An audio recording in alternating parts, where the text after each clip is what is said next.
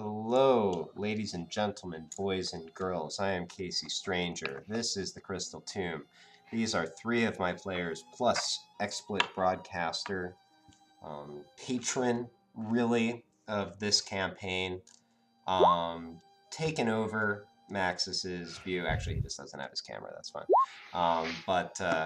Yeah, so apologies for Air Lord's audio if that comes up at any point. I'm going to tell you right now, his friends have...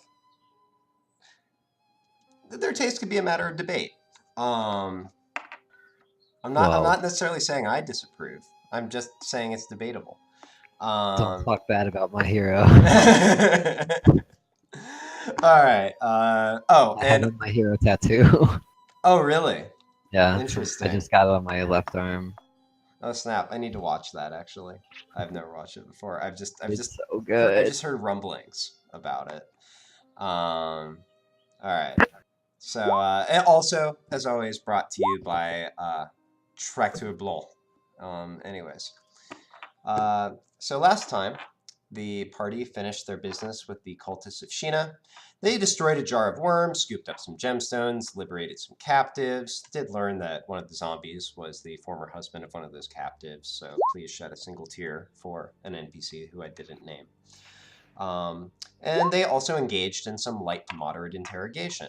Fallon thoroughly rattled a cultist named Barry, who lost control of his excretory system, but did reveal a few things. First, he confirmed that the cultists in Citadel were mostly just up to the usual business of making mayhem, as cultists of Sheena. But second, he revealed that there was a splinter faction within the cult of Sheena, who had a base of operations in the woods southeast of Rampart, and seemed to be trying to bring about not merely the usual destruction, but even the end of all things, if you will. Or at least that would seem to be the implication.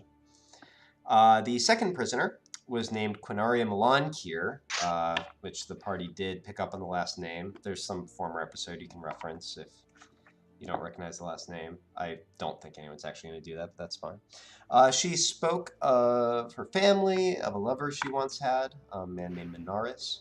Although the party did not learn too much of direct use from her, she was rather less cooperative than Barry. Anya left with her to go to the Temple of Innis, and also took the other captives with her. Barry was left, incidentally, with some gnome salts next to him and a misleading note. And finally, Kane and the other party members did realize they'd been frightened. What it was Kane, a couple NPCs, Moira and Dwelig, as well as Gmork. Realized they had been frightened into somewhat more advanced age. That night, Kane learned... I'm going to turn my music down slightly. Alright, so that night... that was more than slightly. I'll get this, I promise. Oh, whatever, good enough. That night, Kane learned from a guild contact that he and the party should meet at the castle stair at 3 past noon. Maxis also had a meet up with the giantess Icaros, or at least her psyche in a storm, and acquired a few fancy new abilities.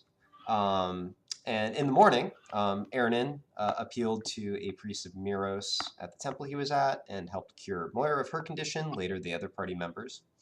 And then the party went to the underground tunnel that Moira had shown Ernan the day before, and descended into the cave to meet with the gnome Balara, whom Ernan and Moira had met the day before. I'll allow that Ernan probably would have relayed this name to you all, so here's how it's spelled. But before we go to all that, let's turn back the clock a few hours. A cultist lies face up on the ground, the smell of his shit permeating the room. His eyes loll open. Groggily, he sits up. He frowns. He looks around. He takes off his pants. He spots a note on the ground, next to a small tied piece of cloth. He reads the note. He looks sick. He goes downstairs. He fishes around in the bedroom closet for new clothes. He uses a shirt to wipe himself. He puts on another shirt and a pair of pants and leaves by the back door. He makes his way to a dilapidated old church. Pouch in one hand, a bottle of cheap wine in the other. He sits in the sanctuary. He drinks half the wine. He sets the wine down. He strikes a flint and lifts the burning purple salts to his nostrils.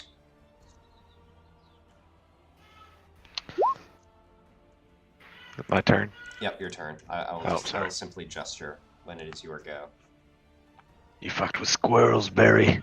The man's head whips left and right. His eyes settle on the ruined pulpit. No one could say what he sees there. It's a metaphor. Come on, Barry. We've got places to go. Go, but I... The man's shoulders slump, and he dejectedly walks out of the church. He walks across town to the stream. He takes off his shirt and pants.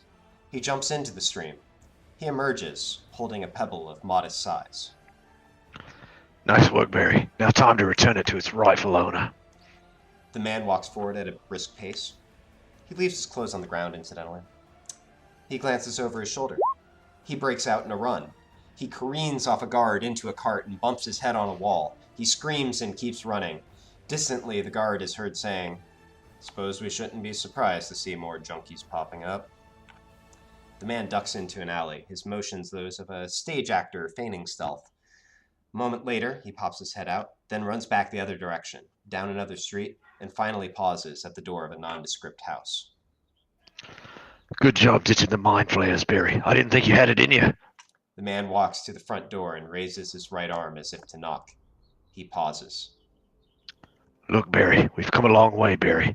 I know what's behind that door is a hard thing to come back to, but it's important not to take these things for granted, Barry. The man turns around and mumbles a few confused words.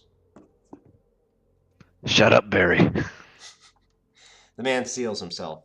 He raises his hand to knock, then seems to lose courage. Finally, he takes the door by the handle and tries turning it. Perhaps surprisingly, it opens.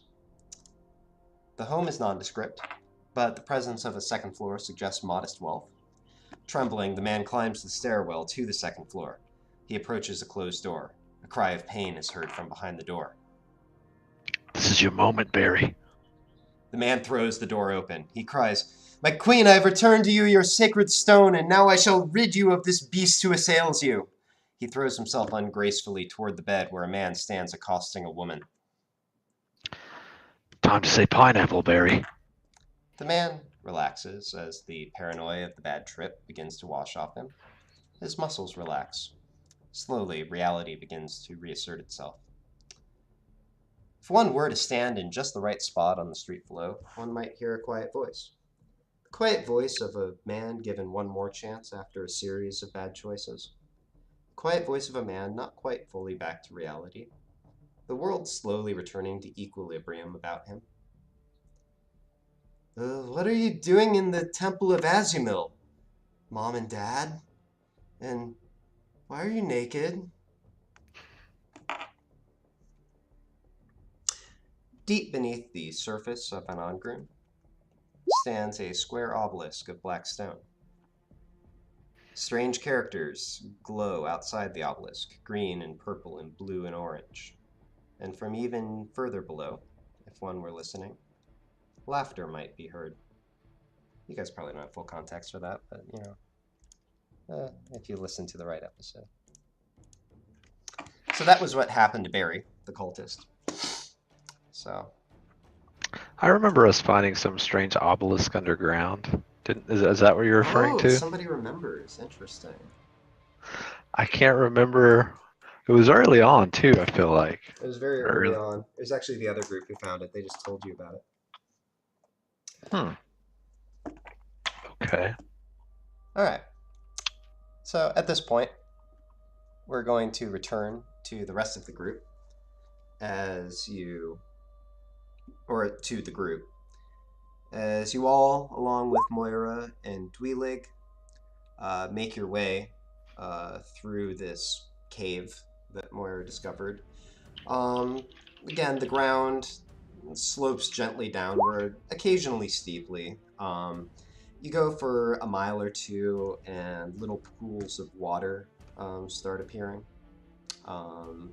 Might notice sort of small like cave crabs and stuff like that, or whatever the thing is, shrimp. Anyways, finally, sure, why not? Finally, you reach the appointed location, and you can tell it's the appointed location because two dark-skinned gnomes are sitting on a rock, sort of looking out at you but talking quietly to each other. The first one, who from Aaron's description seems to be the one that they met before, looks older, sort of wizened. She's got a little bit of wispy hair, sort of a hooked nose. Looks like she's not necessarily led a hard life, but has exerted herself quite a bit. The second one has a bit more of a refined look. Clearly female.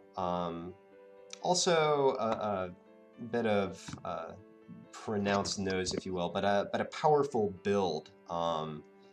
To the point where you think you actually wouldn't much appreciate a punch if she were to throw one. She's also dressed more finely.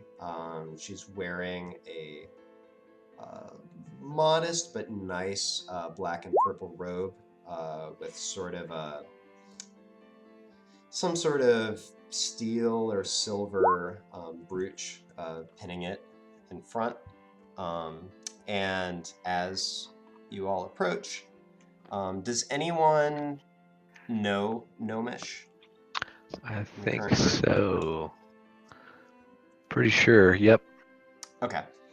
So in that case, Fallon, you, Aaron, and Moira are the ones who are going to be able to readily understand what they're saying. Or actually, I don't remember. I don't think Dweelig speaks Gnomish. Yeah, all right. So you're going to be the ones who are able to like readily understand. Everyone else is gonna have to go through Fallon because they'll be speaking, and they speak in sort of a dialect of Gnomish. You occasionally have to fill in gaps where you don't understand exactly the word that they're using. But whoopie-doo, Basil. But yeah, so the first one, the older one, says, what does she start off with? You're 15 minutes late, you know? And then she, without waiting for a response, hops off the rock and raises her hand in greeting and says, Belara Stryken, pleased to meet the rest of you. This is all in Gnomish? This is all in Gnomish. See, I can do nonsense words also.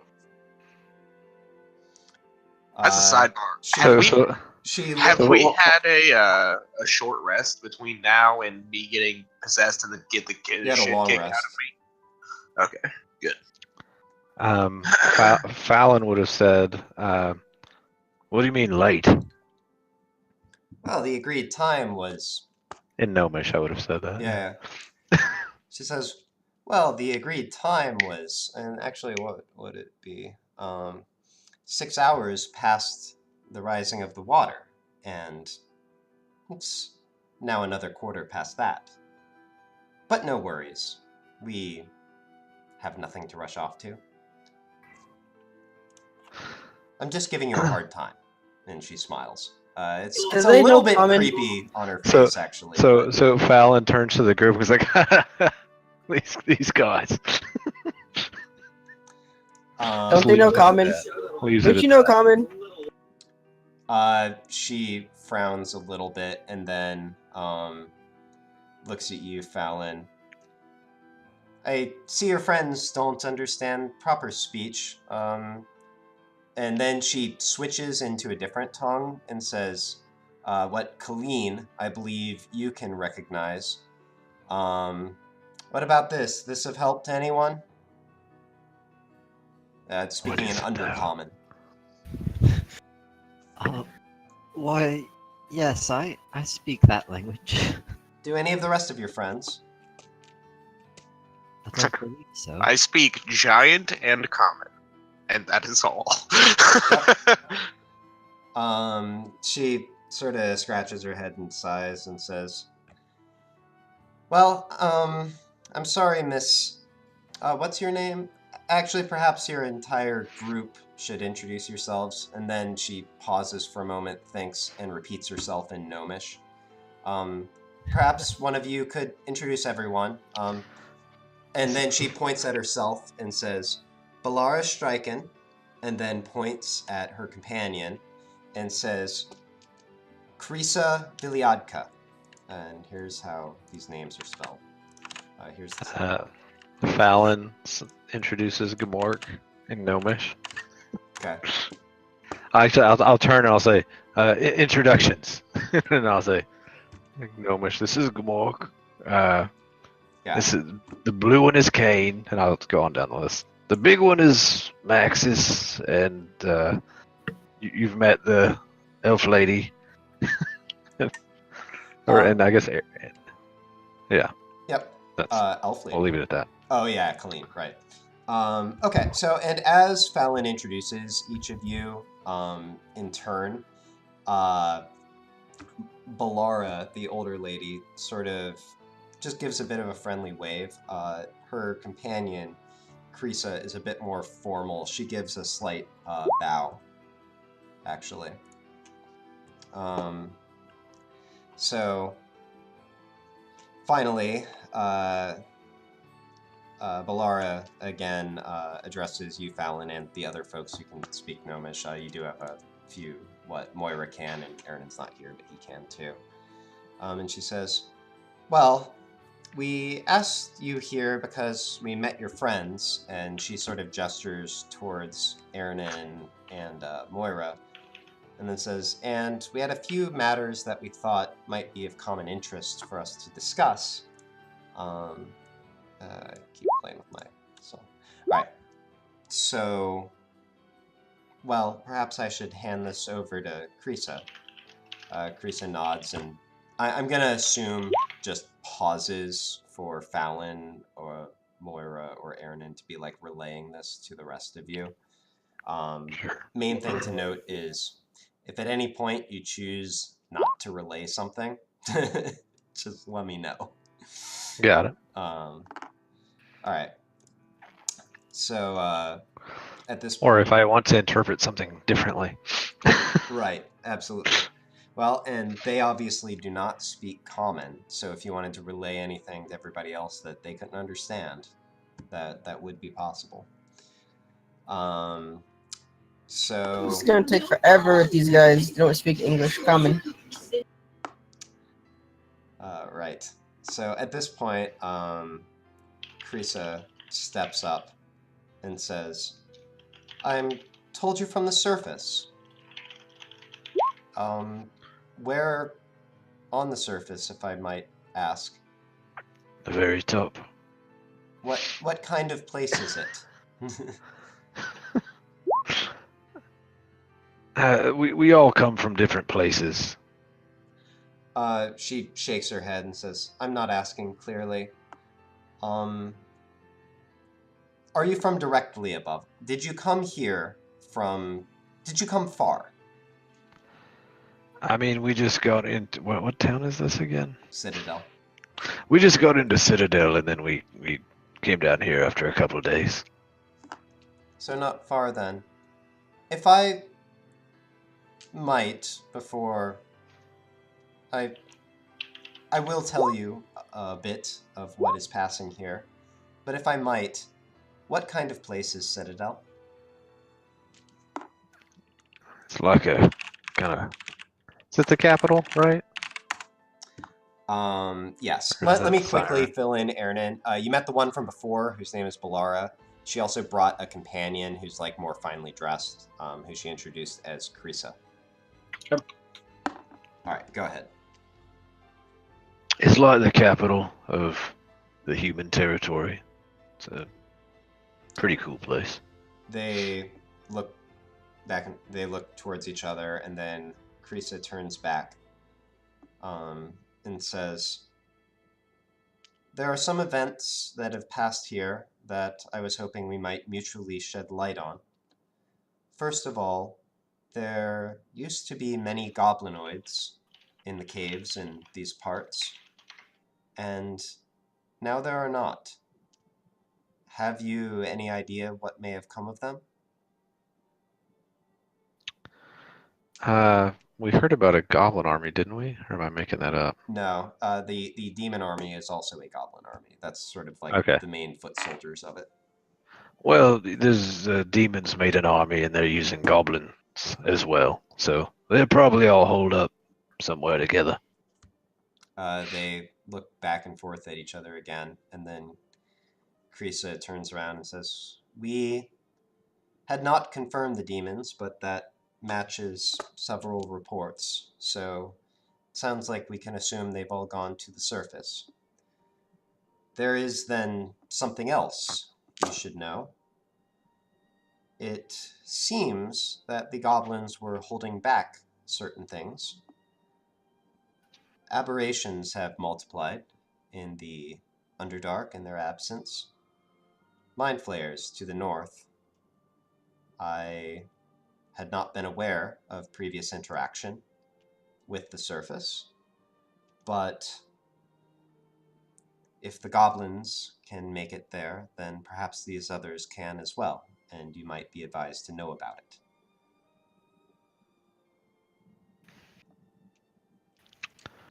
Okay, good to know.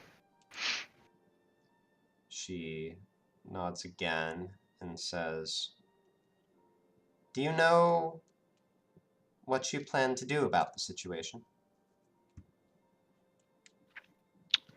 You mean the aberrations or the army? Or both? She shrugs and says, "I imagine your leaders are in some sort of conflict against this, you say, demon army?" Yeah, that's pretty accurate.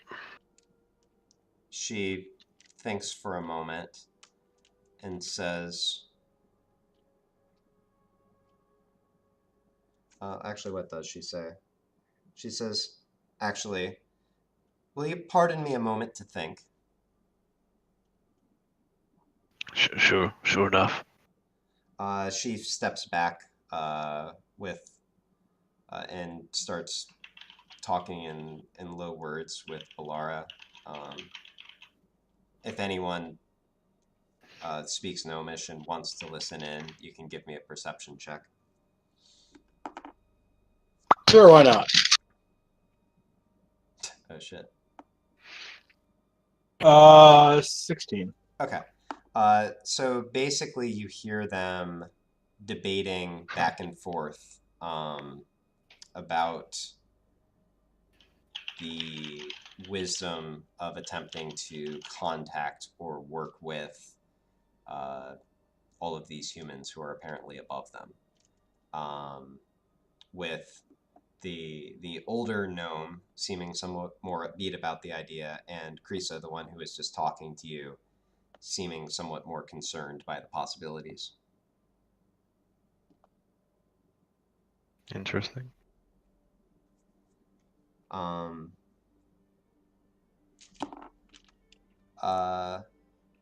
Yeah, I can get you that clean. Just give me a sec. I've got it right here. Kayleen. Pausing for a sec while I look up some stuff. Is all this okay? I think. Sorry, I okay. said I wasn't doing anything useful for you guys. I promise. Did you just promise us that you're not being useful? Yeah. Oh, cool. Okay. Totally cool.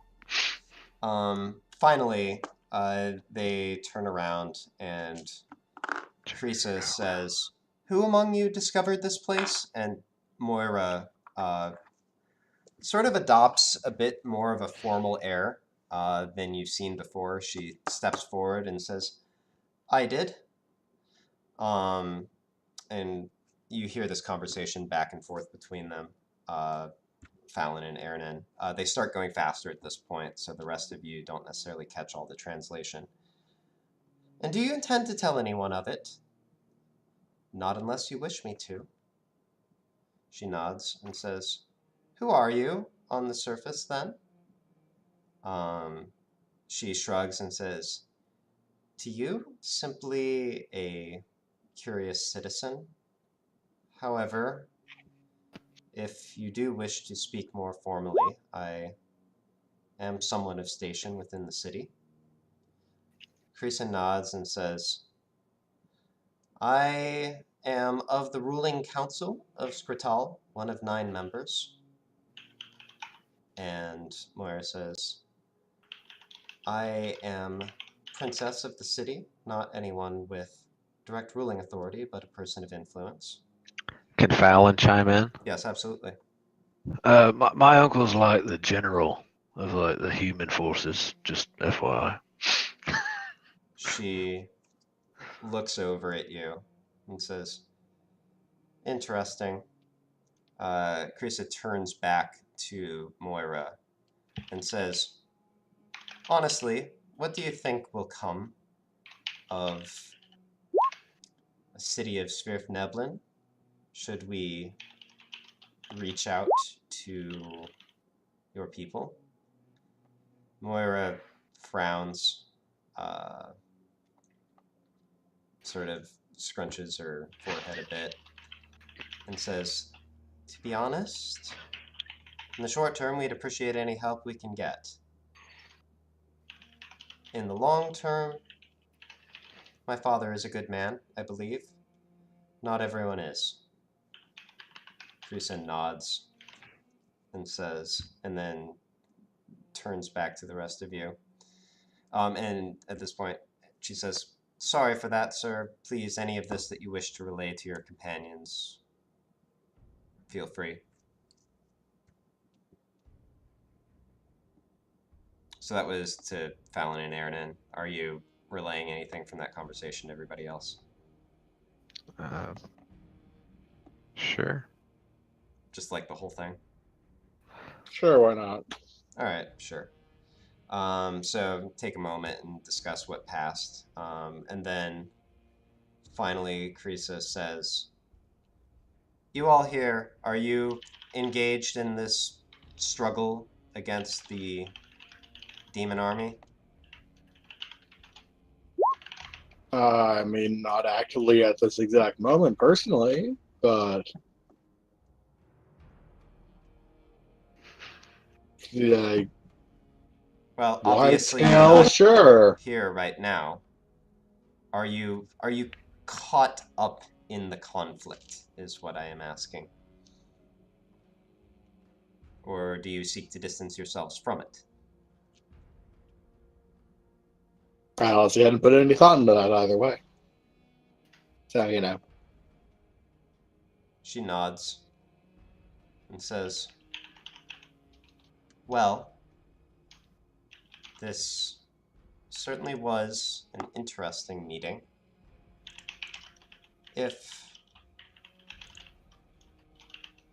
Well, and she just sort of shakes her head, and then looks back at Moira, and says, take this. Should you visit our city again, it will mark you as someone known to me. And she holds out a bracelet that bears an amethyst surrounded by small diamonds. If you were to look closely at it, those of you who are standing right next to Moira, there are engravings around the outside of the gemstone that, I mean, it's not like a coat of arms, but you get the sense that it's something of the sort. It's something like distinctive to the person who gave it to her. So let me mark this real quick.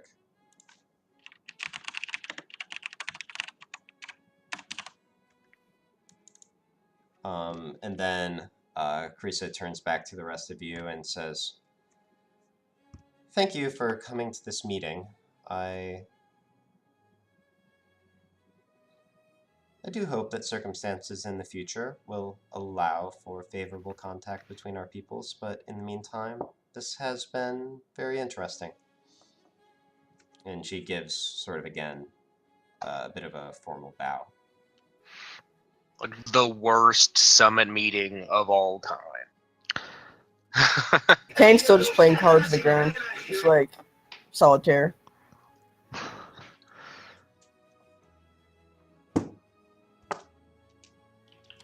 So, anyone say anything, or are y'all just leaving? It's kind of What weird time of day when is we it? came down here and we're just like meeting and leaving. I thought we were gonna have like an underground adventure. No more underground adventures, please.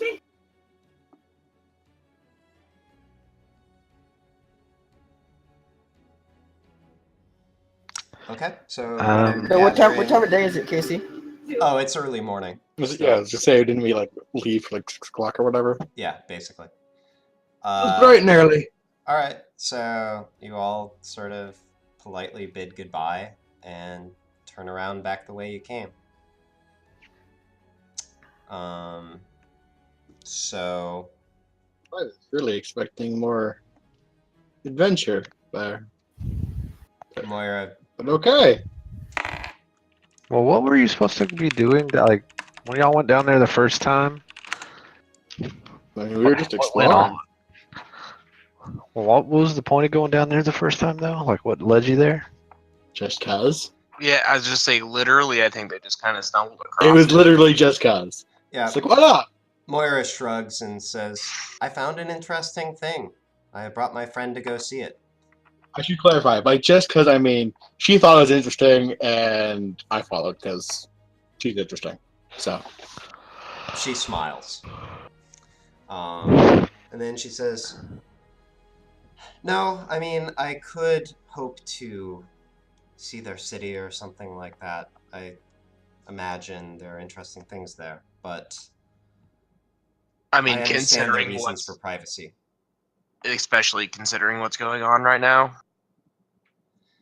She's being like, hey, there's an entire city of people underneath this city is probably like not something that's going to be welcomed right now. It's interesting because like, are we just about to get invaded by a demon army? Like, is that the next step? Just thinking of the plot progression. I'm not sure where we're going next. Anyways, continue. Well, that's fine. I that was an out-of-character comment, I take it? Yes, it was. Sorry. Okay. I try to do the voice for my character comments. If you're wondering about my GMing, sometimes I just throw things out there that may or may not go somewhere. So, and that didn't go nowhere, but it didn't go to like you guys visiting or anything. It barely went anywhere. It was like, we're gonna go on an adventure! Oh, okay, I guess we're calling home now. I mean, I'm not gonna force you. So, like, I'm just gonna kind of be like, well, I guess I packed all these rations for nothing. So glad we went on this adventure, Aaron. Anybody want to have a picnic?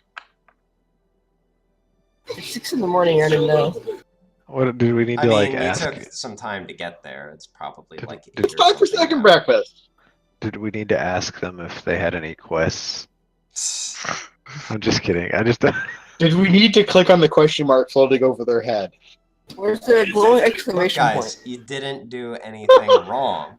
How many sewer rats did you want? Could have done, but you don't have to do them. How many sewer rat pelts would you like? They say, I assumed that you guys wouldn't be into an Underdark thing, given that it sounded Everyone like seemed really sour on that. I would say, given that you guys just finished an entire Underdark session. Well, that's like where the fun stuff is. So just because Kane has an aversion to tentacles, but loves him some anime. All right, so you all talk about such things and finally make your way back up out of the sewer. Just kidding. So guys, we should go to the castle steps at 3 p.m. I had another thing to do. Why? Moira frowns and says, I was actually going to go there now. Kane, what are you planning? To the castle! There may not be a job for us. What kind of a job? I don't know yet, but you know they've been pretty decent jobs in the past. So you know, like asking questions about the job is an important step of the process. You don't ask questions. That means it's probably not a very good job. No, like we're just meeting. They just said to meet there, and then we could ask questions. Then you don't ask questions to guys like, let's meet about a job. Moira frowns and says, "I'm not sure what you're talking about, but I have the feeling I possibly shouldn't be hearing it. So I'm gonna go." She gives a little wave. She spins around to you, Aaron, and gives you a quick kiss and says, "Thanks for the good time." And then she says, "Everyone, pleasure to meet you, but I'm already going to be in enough trouble as it is, so I think I'd best be off." We miss you already.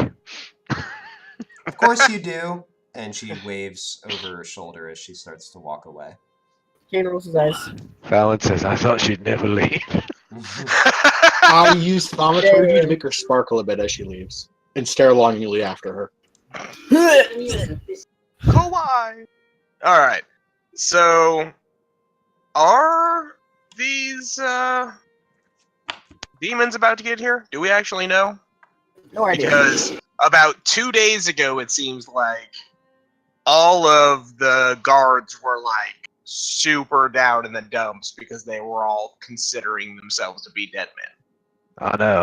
Is that still a thing around the vibe of the city around us right now? I mean, pretty much, yeah. I guess let's go see about this job, but then also maybe we should get involved in the turning of said demon army, given that, you know, they're destroying fucking everything. Hey, this potential job could have something to do with the demon army. The ones in the past had something to do with what was going on. You literally asked no questions. You're a freeball. That was not the time to ask questions. You ask questions. I think we can at least go see what the job is about. You know, we need to kill some time. The waiting for the demon army is the worst part. I mean, sure. Like, I essentially got it from a messenger. You don't ask the messenger about the details. You ask the person that sent the message about the details. Who we're going to see at 3 p.m. at the castle steps. So at this point, Dweelig I suppose so. Sort of looks around at all of you and says, "You know, I'm getting the feeling this isn't my thing either. Fallon says, "We miss you already." He gets sort of a nonplussed look on his face and says, "Right. I forgot you were here. Off with you then. I miss you all already. Colleen, I'm gonna take a trip by the shop and, well, my place before getting out of here if you want to come with." Didn't you say it was attacked? Attacked? I thought you mentioned the shop was like Packed. something happened. Not attacked. Yes, we hate long goodbyes too. Don't get drunk on the way there. Dweelig, or do. Dweelig I find it very helpful. Dweelig just turns around and flips you off over his shoulder as he starts walking away. Kane fights the urge to remove the finger. After he walks away, Fallon says, "Protect some of the knowledge in that shop." It's all gone, Colleen. We packed it away. No. Lies. If someone hadn't gotten super drunk, we could have had some of that knowledge, Colleen. There has to be something. No. You got super wasted. Fallon says, "I'm really gonna miss that kid."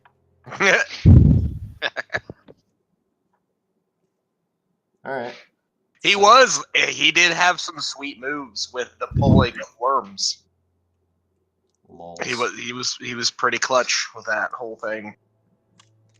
Oh wait, no, I was in Ghostland at that point in time, I guess. So, I mean, you know, the only thing I could do was like, "Hey, there's a worm on that lady," and then not be able to say anything about it. So, it was very impressive.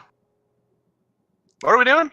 All right, so you're all currently standing at a spot about there where I pinged. you've got until 3.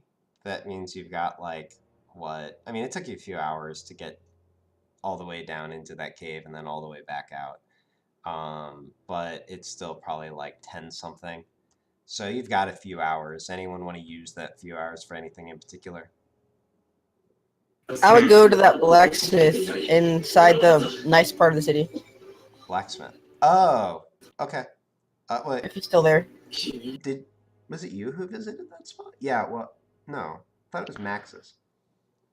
Is there like a mail service? You know what? I'll allow that. Dragon scales guy. I want to go to that. No, I went to the guy about the dragon scales. Yeah, okay. Yeah, that's fine. You can totally go there. Sure. All right. Fallon, I don't metagame. Fallon, you're asking about a mail service? Yeah, I want to go mail something. You can probably find something. Okay. Let's just handle those, and then I'll get to the rest of you. So you all sort of make loose plans about where you should be at 3. Kane, you find that blacksmith shop that you found before. You get to the door, and, well, actually, let me...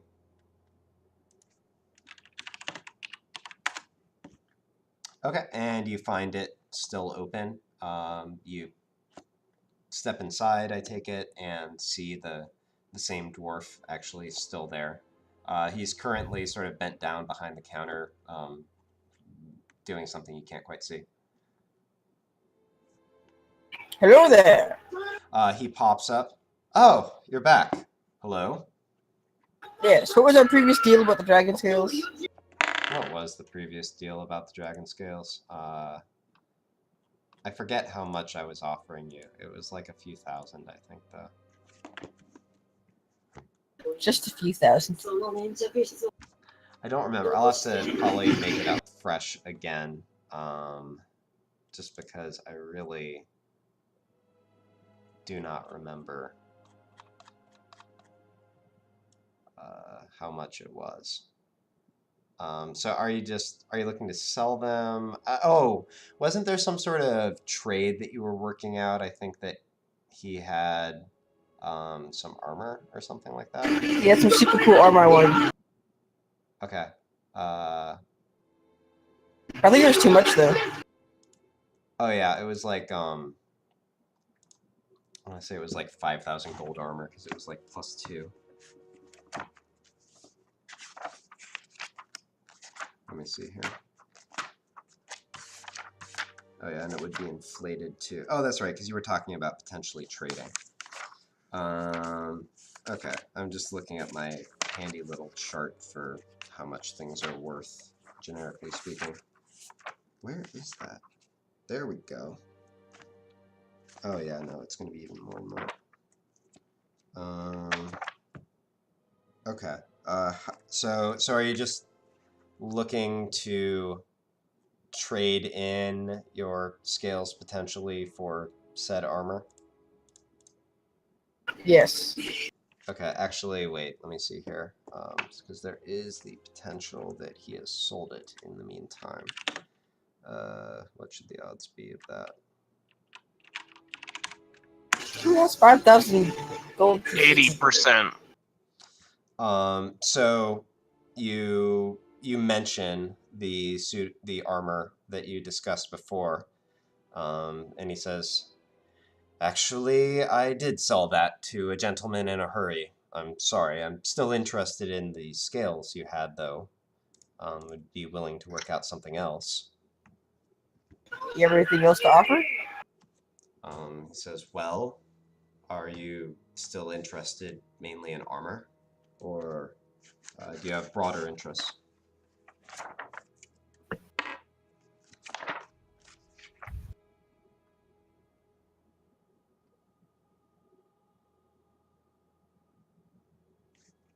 Did we crap out?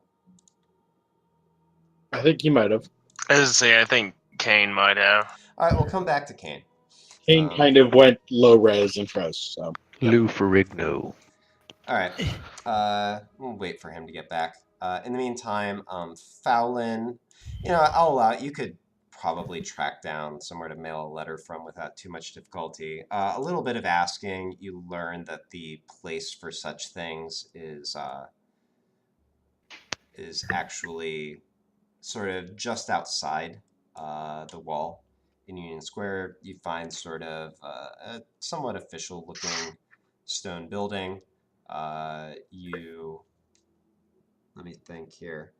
You do see the door still open. Hello. Hello? My laptop wasn't plugged in. Sorry. Oh, okay. Unfortunate.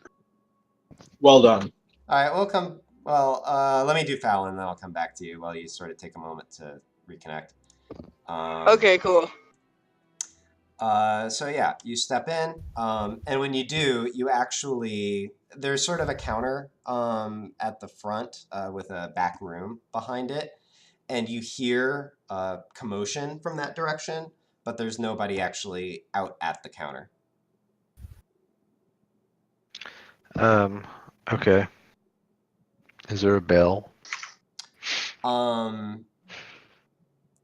me see here. There's actually no, but there is sort of like a small gavel that's like chained to the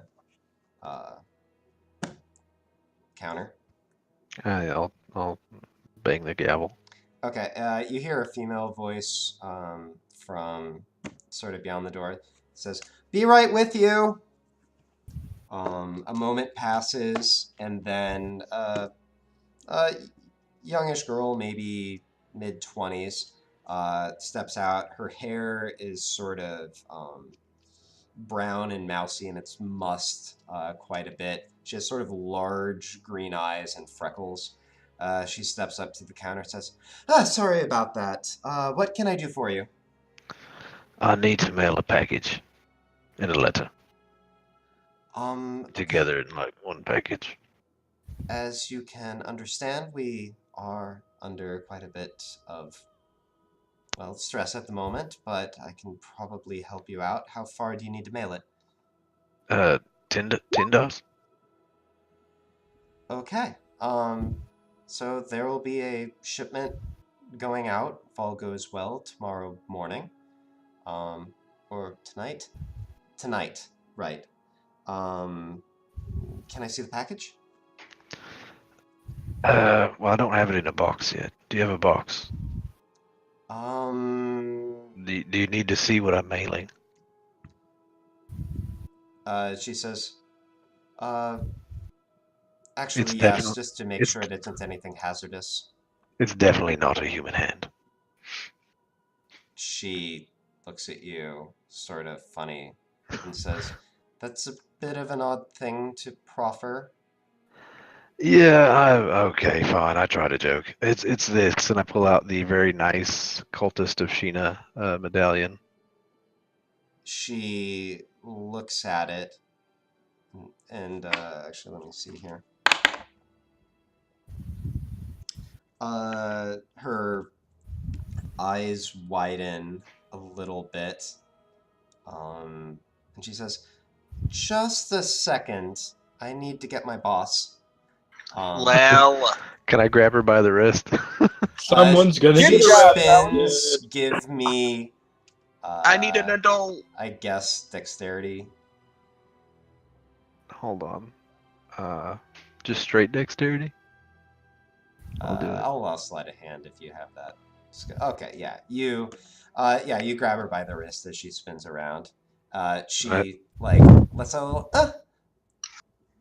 I say, not a cultist, are you? Sir, no, sir.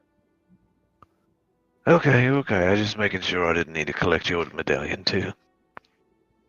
She sort of draws her hand back and says, I'm going to get my supervisor now. Is that okay? Totally. I pet Gamork. Okay. I'll be right back. She disappears back into sort of a hubbub. A moment later, an older man walks out, sort of salt and pepper hair, a bit longer, wearing sort of a brown cloak. and he steps up and said, I heard you had something to mail. Yep. Can you show it to me? May I inspect the item? This is, of course, Hold up. necessary in such things for safety purposes. It's a medallion. I don't believe it's sharp. I hand it to him. Okay. He takes it. He sort of waves his hand over it, mutters something, touches it, shakes it, sets it back down on the counter. Seems fine to me. He reaches from below the counter and puts just a simple wooden box on the counter and says, this should help you secure it. Simply push the tab here down and it should secure the item. Address or recipient goes here. I need parchment for a letter. Of course you do. He reaches for some parchment. He says, all this will be 15 gold. Understood?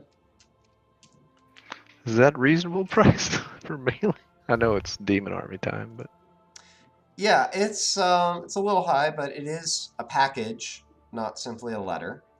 Okay. The Einangrun does not have a well-developed postal service, and yeah, it's wartime.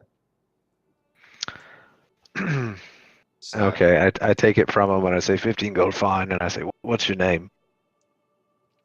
And he, let me see here. He gestures to a small badge on his chest that says Glenn.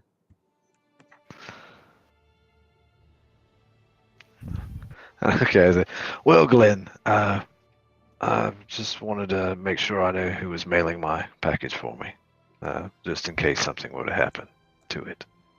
He says, yes, sir, very good, sir. Been working this job for 25 years and hope to do it for many more. Very, very unenthused look on his face as he says I was to say, that is the sound of a crushed soul, in case everyone was curious. Yeah, I guess I won't make the next thinly veiled threat I was going to make. So I write a letter to Anya and I address the package to the Temple of Innis and Tindos. I assume there is one. Yeah, that is where like the largest sort of cathedral is. And I write, hey, miss you already.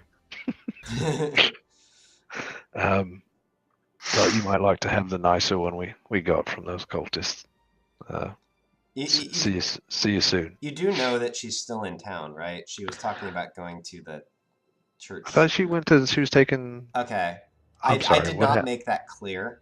My intention was the one in Citadel. Why did I think Tindos? Because she's gonna take our friendo back to Tindos. If you want to not undo all of this, I'll reduce it all the way to 1 gold and you can do an in-city delivery. Well, she is going to Tindos, right? Eventually, yeah. And you're not quite sure. Well, okay, it stands to reason that she very well might. And you're not quite sure how long she'll be staying in Citadel anyway. I'll go ahead and do it, so she'll have it wait when she gets there. All right, cool. Hopefully. All right, I'll subtract 15 gold. You know what? Make it 12. Give yourself 3 back. 15's a little high.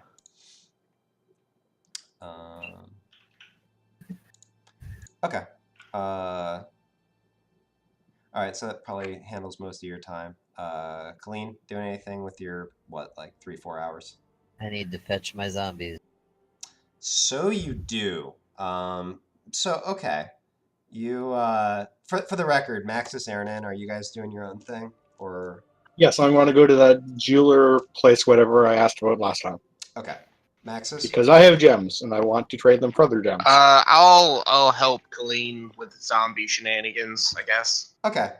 So Colleen, Maxis, the two of you make your way back to, what did I even name it? The Winking Giant or something? Anyways, you make your way back there. You go to Colleen's room, and there indeed is a skeleton and 4 zombies. And the two of you sort of look at each other with the, yep, we need to figure out what to do with these. Look.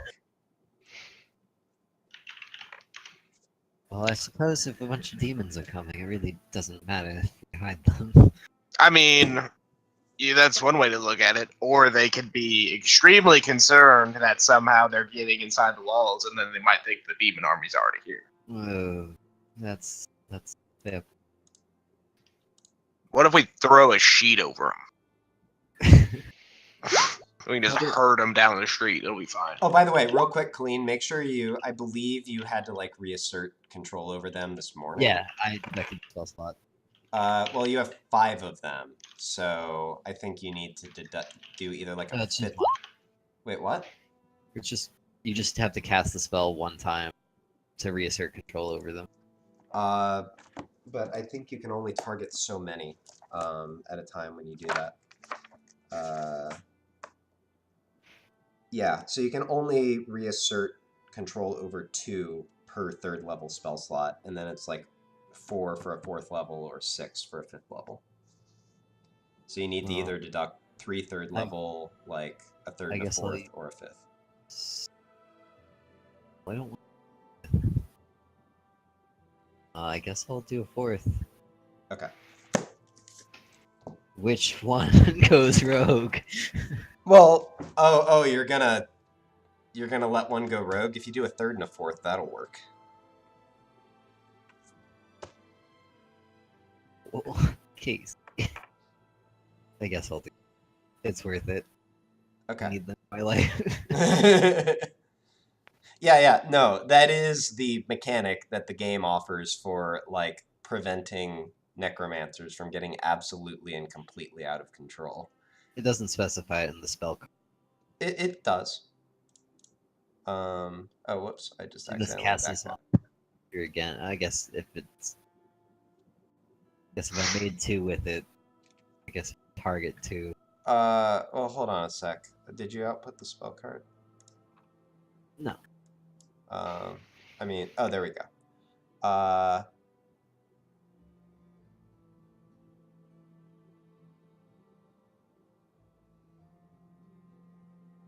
Oh, wait a minute. Control up to 4. The spell. Okay, I missed that last sentence. This use of the spell reasserts your control over up to 4 creatures. Okay. Okay, so you can cast a single 4th level spell in order to reassert control over all 6, or 2 3rd levels. We'll do 1. Okay, all right. By the way, your audio is kind of quiet. I have you turned up all the way, but... is that any better at all? Actually, it is. It's a lot better. Okay, cool. So yeah, so now, with, Colleen's in control of them all, but yeah, you look at each other and say, all right, what are we going to do about these? Maybe the spell store still has that sheathing spell. Oh, I wish they What happens if I put them in the bag of holding? Oh yeah, we could do that. How many could we fit in the bag? It has a weight limit, guys. Like, right. Well, yeah. So let me see here. So what is I'll just go with a human skeleton as Oh. All right. So a skeleton actually isn't that heavy. Considering it's carrying some equipment and stuff, I'm gonna say 25 pounds for a skeleton. And then let's see. I mean, largely it's just like freaking money in there. So let's go off of how much. Let me see here. I will allow that because there would be some amount of like loss of moisture and stuff like that. So a zombie would definitely weigh less than a grown person, but it would still weigh quite a bit. I'll just go with like 2/3. Say take 150 as a baseline. So yeah, you're probably talking at least 100 pounds for a zombie. So that means you got a 200-pound limit on the bag of holding. You could fit the skeleton and a zombie in there. So we could take multiple trips, but that also is like, where are we going to stash them? If we could take them somewhere and put them somewhere and then retrieve them later, and that's like not in the city, that'd be probably ideal. Well, where exactly are we trying to go right now? I mean, I don't really know, to be completely honest. We have Kane's weird thing with strange people that don't answer questions. But I will remind you all that part of the pretense of you coming here in the first place was that Tirsa was going to line something up for you. So you would have at least that for context. Right then, sheets it is.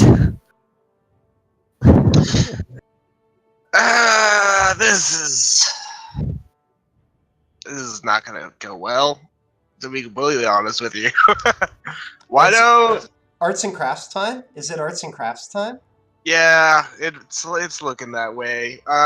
We're gonna need a Kane and maybe an Aaron. I don't know. You don't have like the disguise spell. The spell that disguises stuff. Do you? That's what? That's Seeming? the spell I wanted. That's one day. One day I'll have seeming. That would have very useful. How much is that? I guess it's gone now. Spell, so it's a bajillion money. That's unfortunate. Yeah. Sheet and prestidigitation. We're gonna make them pretty. We could also. We're probably gonna have to wait until nighttime to move these things. So unfortunately, we're probably gonna have to go to the meeting beforehand. Don't you think? I feel like taking these out in broad daylight's gonna be a bad thing. Yeah, we should probably come back for them when we're ready to leave. But can you like prestidigitate some like garlic around them so they don't smell so bad? A room does smell like these zombies though don't smell fresh. as bad as normal zombies. I mean, not that you're an expert on zombie smelling, but they don't have a super heavy odor to them, actually. I mean, it just is like a locker room in here. I don't know what a locker room, but it seems like the right word for this. I mean, it's, there's maybe that quality to it. Like, it's a musty smell, for sure, but it's not there's a rotting corpse in here smell. Honestly, it'll be fine. We just put a sock on the door. It'll be alright. It'll probably be a couple days before they actually start to smell. Now, do you want to... Alright, so here's another thing to consider. You've been in this inn for a couple nights, and nobody's bugged you about any of this, but do you want to take any special measures to try to make sure nobody goes into the room, or do you want to just leave it alone? Well, I didn't prepare Arcane Lock today. I mean, we can just like pay the bartender and be like, "Yo, don't go in our room. There's like magical shit in there, and we don't want you fucking." Yeah, for curious. And like give him like 10 gold. Okay, I mean, so you're gonna go find the dude? Yeah. All right, so. I mean, I'm not gonna say that. You're gonna say that. You're. Colleen, are you finding the guy? Yeah, sure. Okay. You wander back out to the common area. You sort of wait until there's not too many people around, and then you step up again to. You don't know his name. Again, just like this man who just is the background. It's Steve. His name is Steve. Whose hair is dark brown but not black, whose height is average, whose eyes are this sort of tan color that just blend in with the paint on the wall. He hardly moves as you walk up to him, and when you stop... Does he give me another beer? No. Not at this time. Damn. Unless... Oh, wait a minute. Are you trying to project that you want a beer? I just say I'll get a beer. Oh, okay. He doesn't even like move his upper body. He just reaches his arm below the counter and pulls a mug up and hands it to you. And then he holds his hand out and he says, 1 gold. It's like living in Christmas. I give him a gold. All right. And he says, "What can I do for you?" Hold on, I need to finish reading all this before I do anything.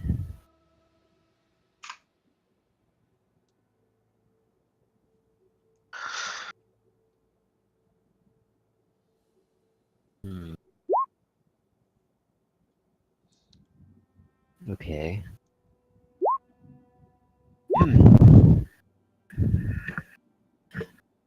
Anyone else see Ernest's camera like wobbling?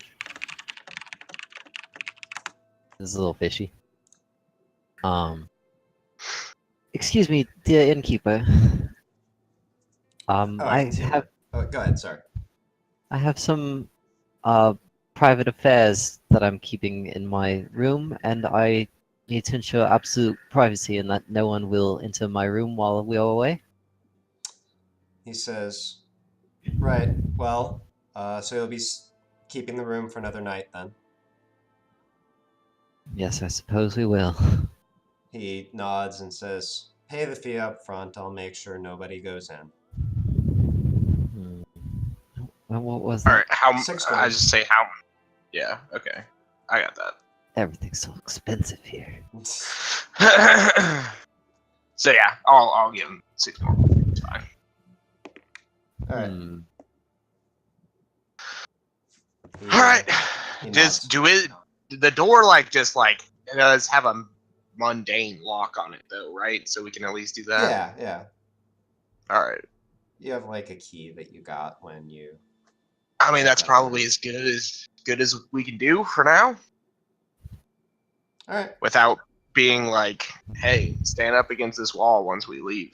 And wait, while we're walking, can me and Colleen get into the theoretics of zombies and whether she has to talk to them or she can command them mentally? I mean, feel free if there's a conversation you want to have, go ahead and have it. Otherwise, we can just. Yeah. How exactly do you issue your puppet command thing? Hold on. Before we leave, yeah, I would like to suggest to the innkeeper that under no circumstances will anyone enter our room, or they will have a very bad time. They will have hell to pay, and it won't be a demon army. and it's a suggestion. Okay. What's your DC? 17. Okay. The look on his face doesn't change at all. And he says, "Absolutely, miss. If anyone tries anything, then they'll have me to deal with." Excellent. You Wonderful. hear the sound, and then faintly, in the first, like, not completely bland thing, maybe, that you've heard him do, you hear a sound of cracking knuckles from below the counter. If I wasn't so naive, I would insight him, but I really don't care. Say, can I incite him right now? Yeah, sure. I don't know how good I am at it, but go ahead and give me insight. Ooh, okay. 20 will be enough to read this guy. So you look closely at him and realize that since Colleen cast her spell, it's really subtle, but he's holding himself slightly tensed, slightly building himself up a little bit, just the tiniest of aggressive airs about him. You take this to probably indicate that Colleen's spell took, and this guy actually does intend to have aggressive words and or actions towards anyone who tries to invade the privacy of your sanctum. Okay. Sick. All right.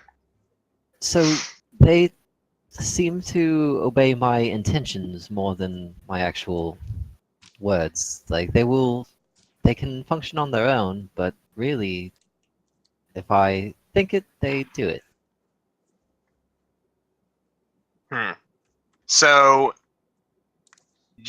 on their own, does that mean that we could like stash them in the sewers and they could follow along beneath us? I don't know how the sewers run in this city, but theoretically. I suppose there really isn't a range. As long as I knew the way, I could direct them, but otherwise, I don't think they have like a homing beacon. I wonder if they have we have a map of the sewers that we could get.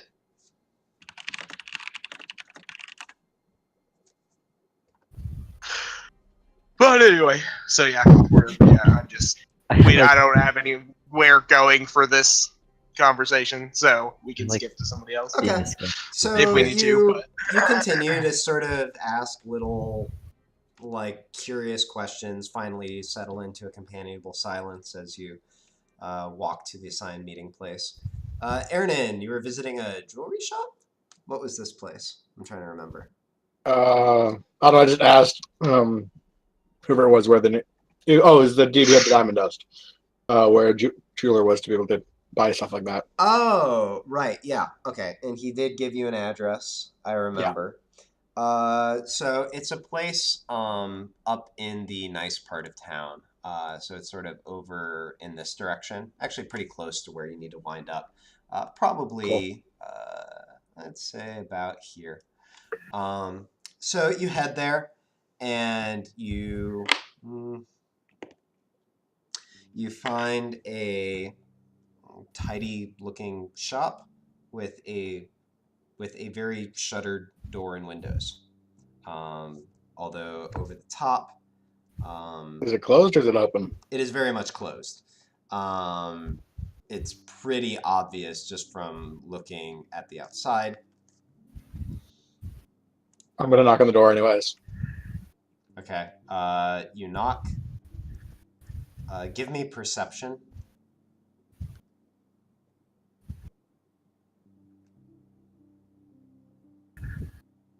Nat 20. Okay. From inside, you hear sort of a you hear a gruff female voice just sort of go, eh, and you hear the shuffling of feet away from the door, incidentally. I cast thaumaturgy, so my voice projects inside the door. Okay. So I'm like, hello there! I heard you sell jewels. Can I buy something from you? I'm gonna need some diamond. Yeah. There is a pause. You hear scuffling sort of back towards the front, and then you hear a voice from behind the door. Who are you? Oh, my name is Aaron Ritter, and I'm a cleric of Miros, and I told you the place to come to, so here I am. Do you know what a closed shop looks like, Aaron? I'm trying to pack up. Oh, why are you trying to pack up? I believe that should be well known. So you're not willing to sell anything before you leave? Give me persuasion.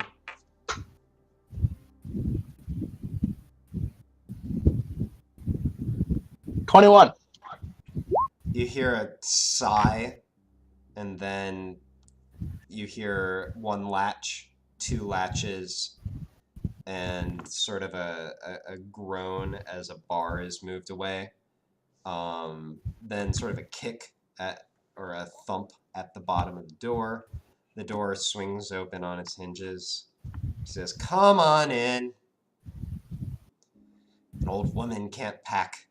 And you do indeed see a gray-haired, fairly hunched old woman sort of shuffling around on a cane. How close to being finished packing does she like to be? Well, there are several boxes lying around the room. There's sort of a display case that has nothing in it. It's just like a glass case at this point. There are empty shelves everywhere.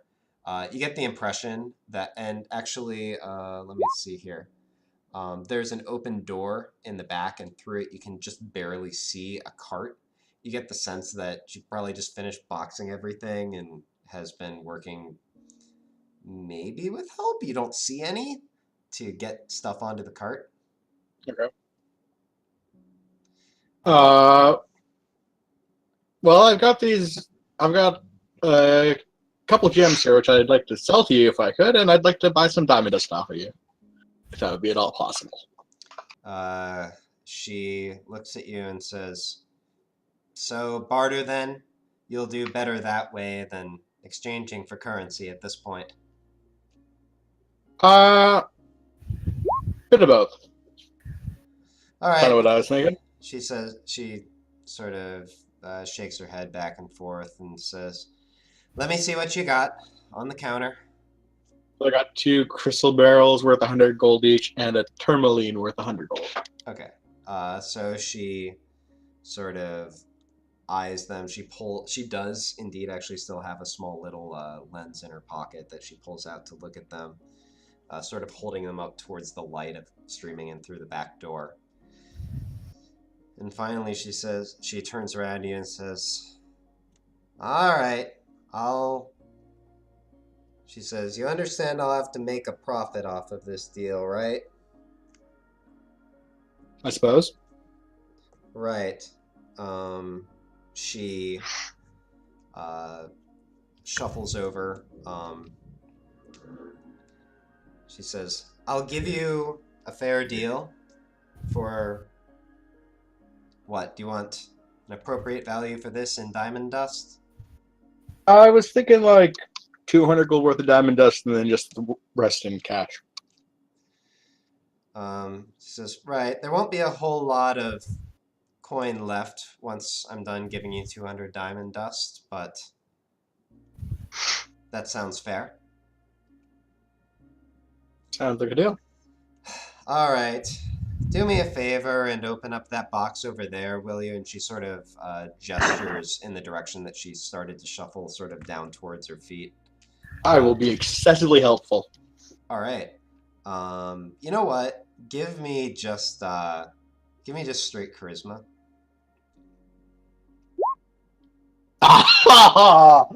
That one. Okay, brilliant.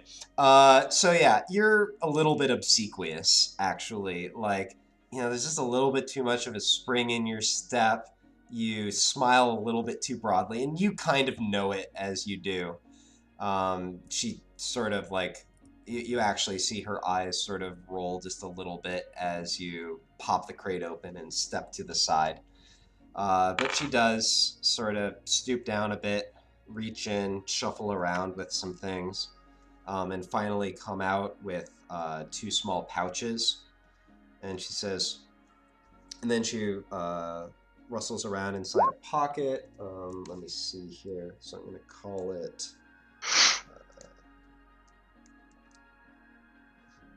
All right. And she comes out with 10 gold coins. And she holds the 2 pouches and the 10 gold and says, "This is roughly fair, I think, for what you're offering." Alrighty. I will happily trade her. All right. You make that exchange. So 10 gold and 200 diamond dust for your gems. Alrighty. Fabulous. By chance, do you need a hand with all this packing? I don't have anything to do until later this afternoon, so I can certainly make your life a little easier if you so desire. She looks over at you and gives you a look up and down. A little bit. And says, "Actually, I would be much obliged." Then I will help her pack until I have to leave for the thing at 3. Okay. Yeah, you help her, pack up all the boxes, gets the cart loaded up, and she looks back at you and says, "Thank you. You're an awful lot more help than my good-for-nothing boy who, well, took off about an hour before you arrived." I try my very best. She smiles a bit and holds out a hand and for a handshake and says, "Good luck to you." Have a pleasant trip. All right. And when you take your hand back, you find that she's palmed actually a platinum piece into it. Oh, the Pentecostal handshake. Yep. Classic. All right. So, Colleen, I'm just going to go ahead and address your question at this moment. Okay. The only thing to consider with this is that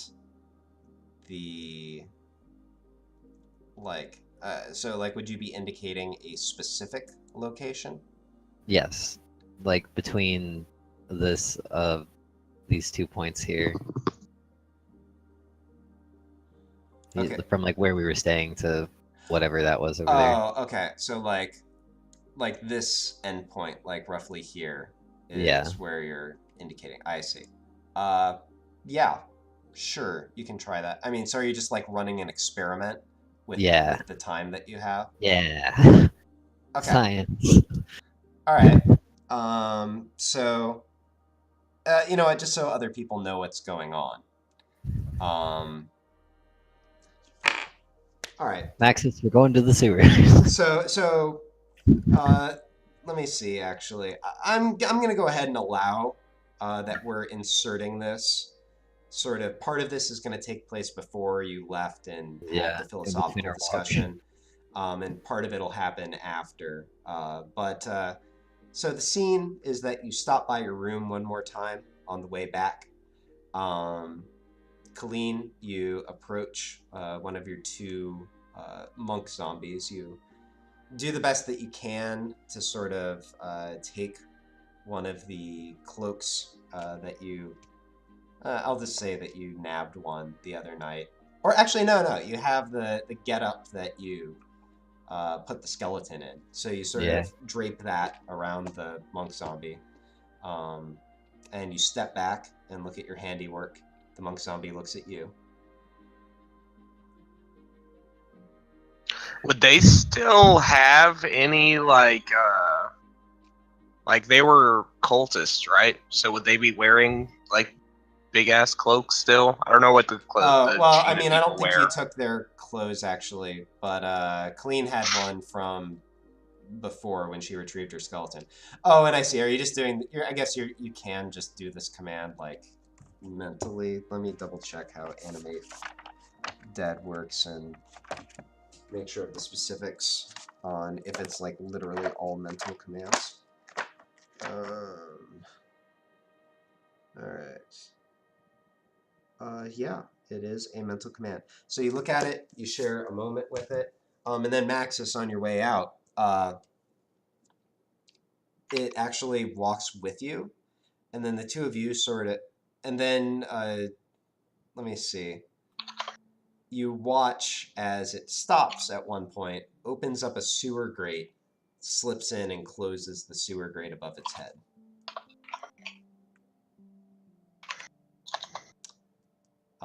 Do you have any questions for Colleen about this, or are you just letting it be? No, I mean, this is kind of my idea, so I was like, all right, let's fucking see.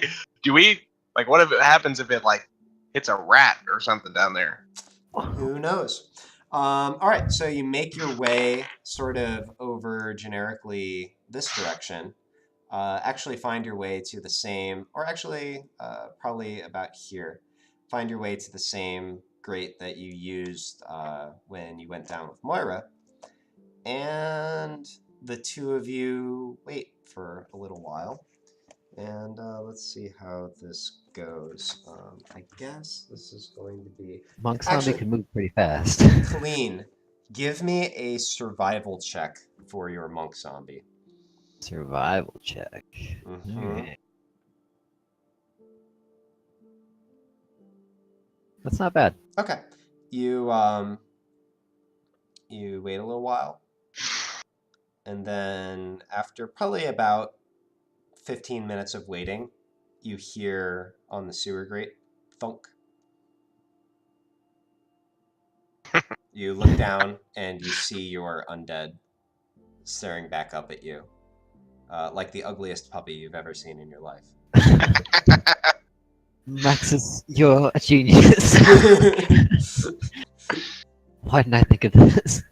Yeah, well, it's the ale, I'm telling you. If you just start drinking in the morning, you come up with better ideas. All right, so is your plan to leave them in the room and then use this later? Do you want to like bring them all into the sewer now? What's the goal here? Well, I don't know where we have to go yet, so That's for now true. they can stay in the room, but we'll put this one in the bag for a right. little bit. Oh, okay. All right, you're putting them in the bag? Okay. Yeah. Actually, let me make sure that this gets properly represented. So we've got the bag of holding. So I'm going to add a monk zombie. 100 pounds. That is the heaviest item I have written on a character sheet.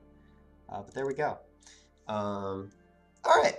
So you all engage in these various shenanigans, and finally, at the appointed time, you gather at the stair of the castle. So, wait, where is it? I have an image for this. Just a sec. Oh, wait, no, I don't. It's just that. All right. Okay. So, and yeah, so to sort of set the picture, Capitol Hill sort of gently slopes up towards this large rock wall that sort of forms most of the boundary of this richer area of the city. The rock wall itself goes probably about, it's a sheer cliff. It goes to sort of a flat surface, maybe about 300 feet up. And there's a stairway that actually winds back and forth up the rock from where you stand. There is also some sort of lift that you see. It might be magical. And you see a couple guards standing outside it. You imagine it probably isn't for the use of folks such as yourself, but who knows? And you all gather there, and I'm gonna run to the bathroom. So, BRB.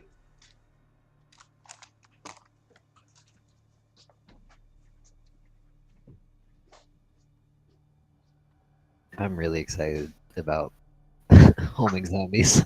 You're welcome, buddy. I'm excited for us to get in a fight in some back alley somewhere, and Colleen to just be like, "Oh, by the way, zombie popcorn." Either gonna be that, or we're gonna like fail a stealth check and suddenly have every guard in the city charging us because there's suddenly 6 zombies wandering around. That's possible. They're all in the sewers. I don't know this elf girl.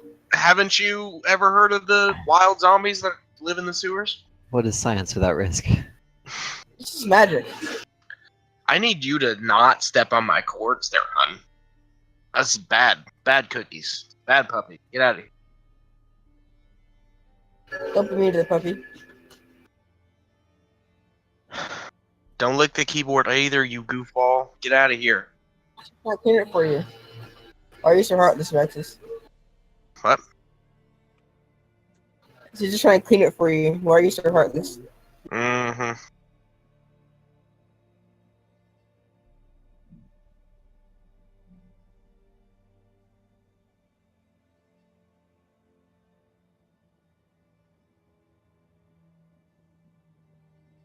Now I can't do anything except freaking like think of other ways of moving zombies around. This is gonna be like you're gonna spend the whole week thinking of this. You're gonna be like at work and like, oh, I have a great idea. Write it down. Hey, I might play a necromancer someday. That's true. All right. I mean, probably not. I played a wizard once and it was exhausting. And I was like, I'm never doing this shit again. But when my next character is probably going to be a wizard. I haven't actually played a wizard yet. I feel like an illusion just sounds like lots of fun. There's a reason I play a barbarian. It's just simple. Because you like just smashing things in the face? I really enjoy hitting things. I wanted to be an illusionist, but it's so boring for the first like 9 levels. Until you can like make your illusions real. Yeah. I mean, right from the start, you get a better minor illusion. I played a bard that one time. Very entertaining, very quickly. You know, I think bards are actually one of the funnest spellcasting classes.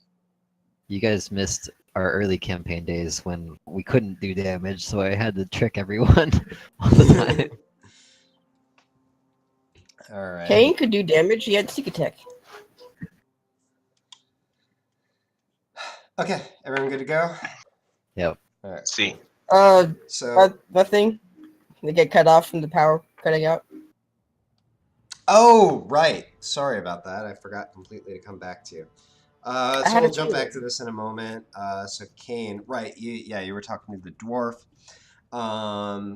So he says, well, if you are still interested in something similar to what we discussed before, I do have this. He holds up a suit of leather armor that actually looks remarkably similar to what you're wearing, studded leather armor. And he says, it's similar enough to what you're wearing, but it does have an extra ability that you might find you like. He thinks for a moment and says, here, let me demonstrate. He sort of shrugs it onto himself. It's misfitting on him, but he does sort of get it on. And then a moment later, it shimmers, and instead you see him wearing sort of a high-necked cape that sort of flares out behind him into two tails. It can change its appearance. That's so cool! I want it. How much is it, Mr. George? He says, and I should add, it does bear an enchantment as well. He looks at what you're wearing. Oh yeah, I guess that's important too. He says, I judge in terms of actual effectiveness. It's pretty similar to what you're wearing. He says, at any rate, between what you have on and the dragon's scales, says, should be a fair enough trade. Oh, just for those two things? Just give you the scales and my current armor and I get that armor? He nods. Exactly. How fair of a deal is this, Casey? Okay, that's a good question. Give me... Let me see. What would this Make it int-based would be great. I guess this is a pretty strained usage, but I'll allow history.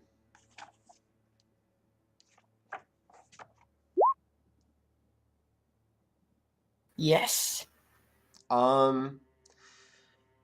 So, it's hard to say. You know that there's more value. Well, like, you think that just the +1 enchantment is probably worth more than the extra ability on this thing. The scales that you have can be used to make something that's more valuable than either of these two items, but as he said before, like, you don't have enough scales on their own to make that kind of thing. So maybe they're worth some small percentage of the value of that. All being told, you imagine he's probably coming out reasonably on the deal, but he's also the shop owner. Throwing a dagger and maybe a small fee, because I know these dragon scales can make some really good stuff. He's like, you don't have a full set for that, right? And then he frowns for a moment. That's why I said just a dagger. Like, there should be a special dagger, just a regular dagger, and maybe a small fee. He says, all right. He thinks for a moment, and he says, tell you what. He reaches below the counter, and he pulls out something. He says, this is a bit of a curiosity, but I assure you that it's effective, and I don't know, maybe you'd find it interesting. He opens a latch and opens sort of a rectangular case. And let me think about this just for a moment. Kane tries to hide his eagerness. probably... No, not that. Sorry, I'm like racking my brain to think of something suitable. Okay, that should be reasonable. He opens it up, and you see a fairly ornately carved white dagger. And after a moment, it's got sort of like a skull on the hilt, sort of spikes and flames etched in around the side. And then you realize this is made of bone. It's just white with sort of black engravings. And he says, "This is mostly a curiosity, but I can assure you it's effective." Seems reasonable, yeah. Mm-hmm. Yeah. Okay. So you make that trade? Yeah. All right. So yeah, you can upgrade your studded leather armor to glamored studded leather. So basically, you can use a bonus action and speak the armor's command word to cause it to assume the appearance of a normal set of clothing or some other kind of armor. You decide what it looks like, including color, style, and accessories, but the armor retains its normal bulk and weight. And the illusory appearance lasts as long as you care for it to last. It is also +1 studded leather armor.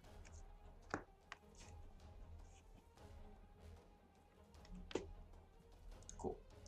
All right, and now we fast forward once again. Oh yeah, bone dagger is functionally a normal dagger.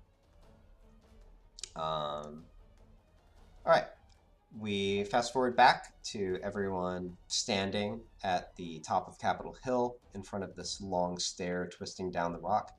You wait for a few minutes, and then sort of around a bend of the rock, you see everyone's favorite person who just, happens to pop up from time to time. She's dressed simply but elegantly in light brown pants and actually a strikingly blue shirt that, as you look at it, seems tailored. Ethnic cleansing. No, Ethna Greensword smiles and waves at you. "Hi there," she says cheerfully. Her eyes alight on Maxis and Eranin. And she says, "I take it you're the new membership I've heard about. My name's Ethna Greensword. I'm aide to Emerald Stormtreader, counselor from the human territory, and I've been assigned to be your tour guide for the evening. Colleen, is Colleen here? Or is Brave gone?" She looks at Colleen and winks and says, "As seems to be my lot in life," referencing the tour guide comment. Anyways, if you will follow me, you're actually expected. Is she talking to all of us, She's or talking is she to all of you? Okay. I follow. All right. So, she takes you up the stair. There's going to be a few minutes of her sort of walking you. It's an interesting question, Kane. Now, I'll say it's sort of basically anything from like neck to torso, so it has the basic shape of like a shirt. Or actually, wait a minute. I take that back. Yeah, absolutely anything from the neck down is what you can affect. Okay, so there's going to be a moment of her sort of walking you up the stairs, in through the castle gates, and towards a specific location. So, can I ask if she's still in the ruby trade? Yeah, absolutely. No. She grimaces back at you and says, and sort of glares sidelong at Kane and says, "I could be convinced to get back in, but you know what they say. What actually is the expression? It's once something, twice. I don't remember the expression. She says, but I've been burned once, so I've learned to be careful. It's like fool me once, shame on me. Fool me twice, shame on you. Well, there's another one that's like once bitten something. Yeah, once bitten, twice careful. That's what I was looking for. There you go. She says, twice. But you know what they say? Once bitten, twice careful. Look, I didn't know. What are you talking about, Kane? Yeah, Kane, what are you talking about? Shut up. She gives sort of a weak smile at you, Kane, and says, don't worry, I'm sure you'll have chances to make amends. I don't suppose you have a map of the city, since you're a tour guide? She frowns for a moment and says, it's an expression. I mean, I'm sure I can rustle something up for you, though. What about, like, a map of, like, the sewers of the city? She sort of frowns back at you. Why are you interested in the sewers, if I might ask? I like spelunking. Uh-huh.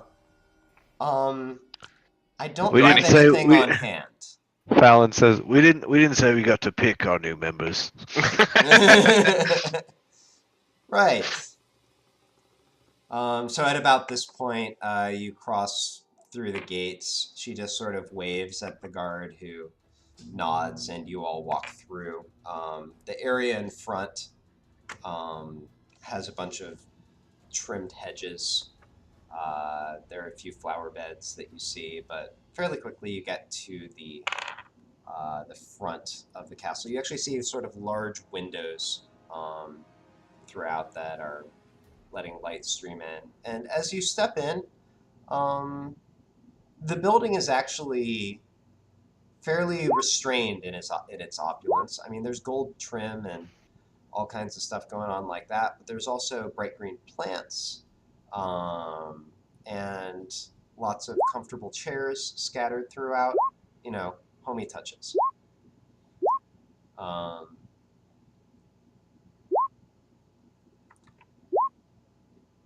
Anyways. It's supposed to be a link, I'm so sorry.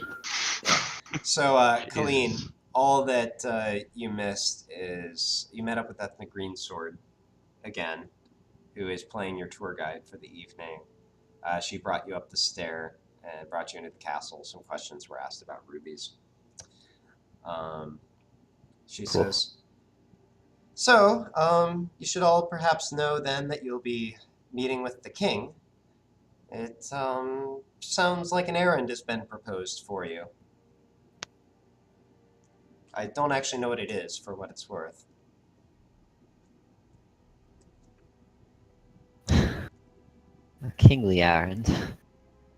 Something like that. What's his name? Shaluk Steeltree. Sherlock what?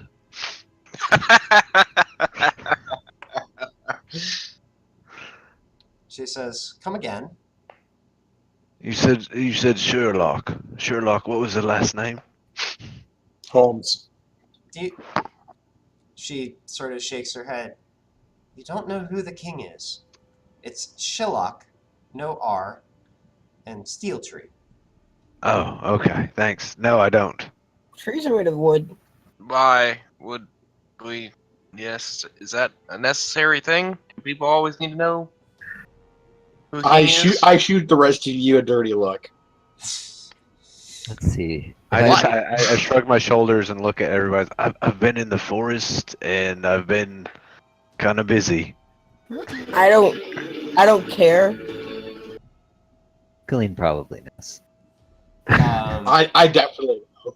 Ethna sort of gives you a weak smile and says, well, Kane, you can choose whether to go back to forgetting later, but for tonight at least, I would advise you to remember.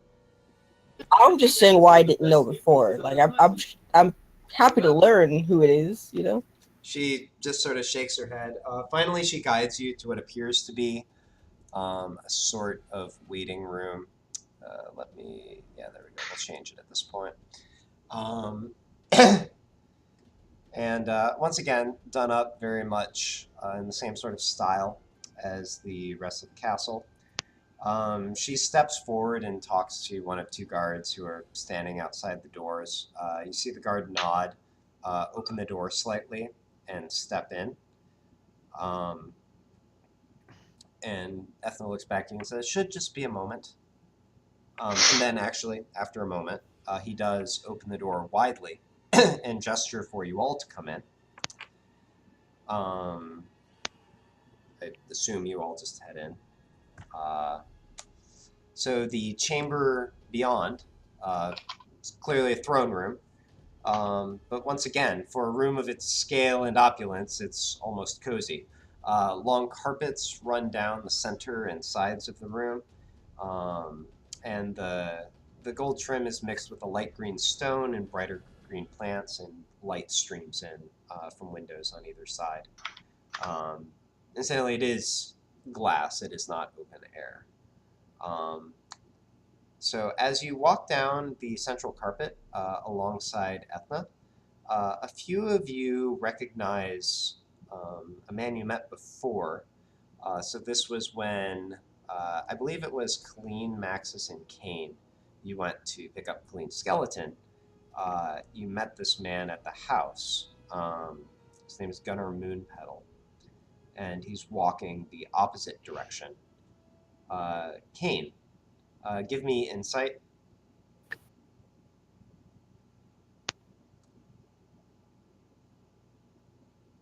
Sorry, hold on.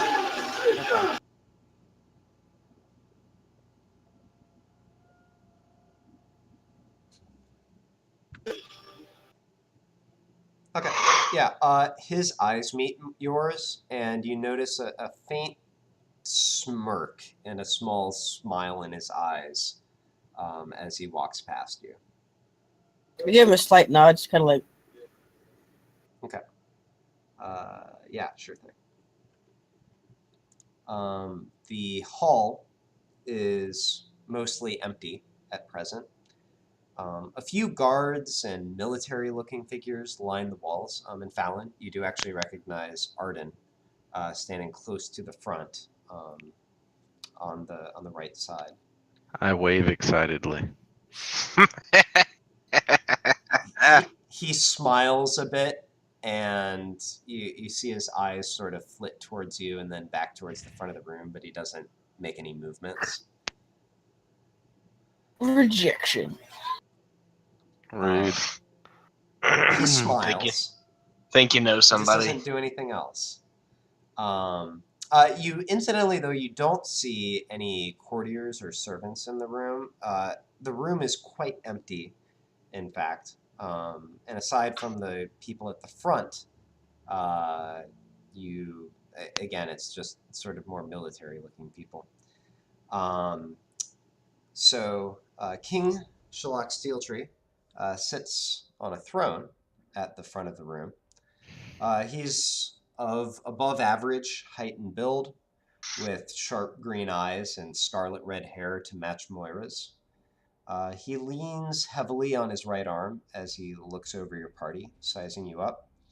And there are 8 folks, 4 on each side, scattered around him. So I'm just going to go ahead and quickly give you the names of the ones you don't know, as at this point, sort of everyone would be formally introduced. We don't actually have to do that. Let me see here. So here are the names that you're going to get.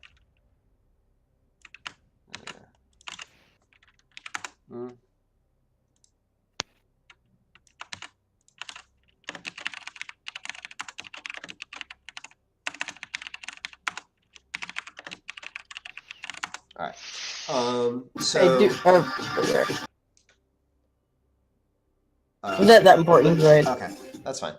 So to the right of the king is Emil Stormtreader, who is the young counselor of the human territory. Immel Stormtreader? Yes. Isn't that my friend's character from Tao's campaign? That name sounds familiar. That was his met him character. before.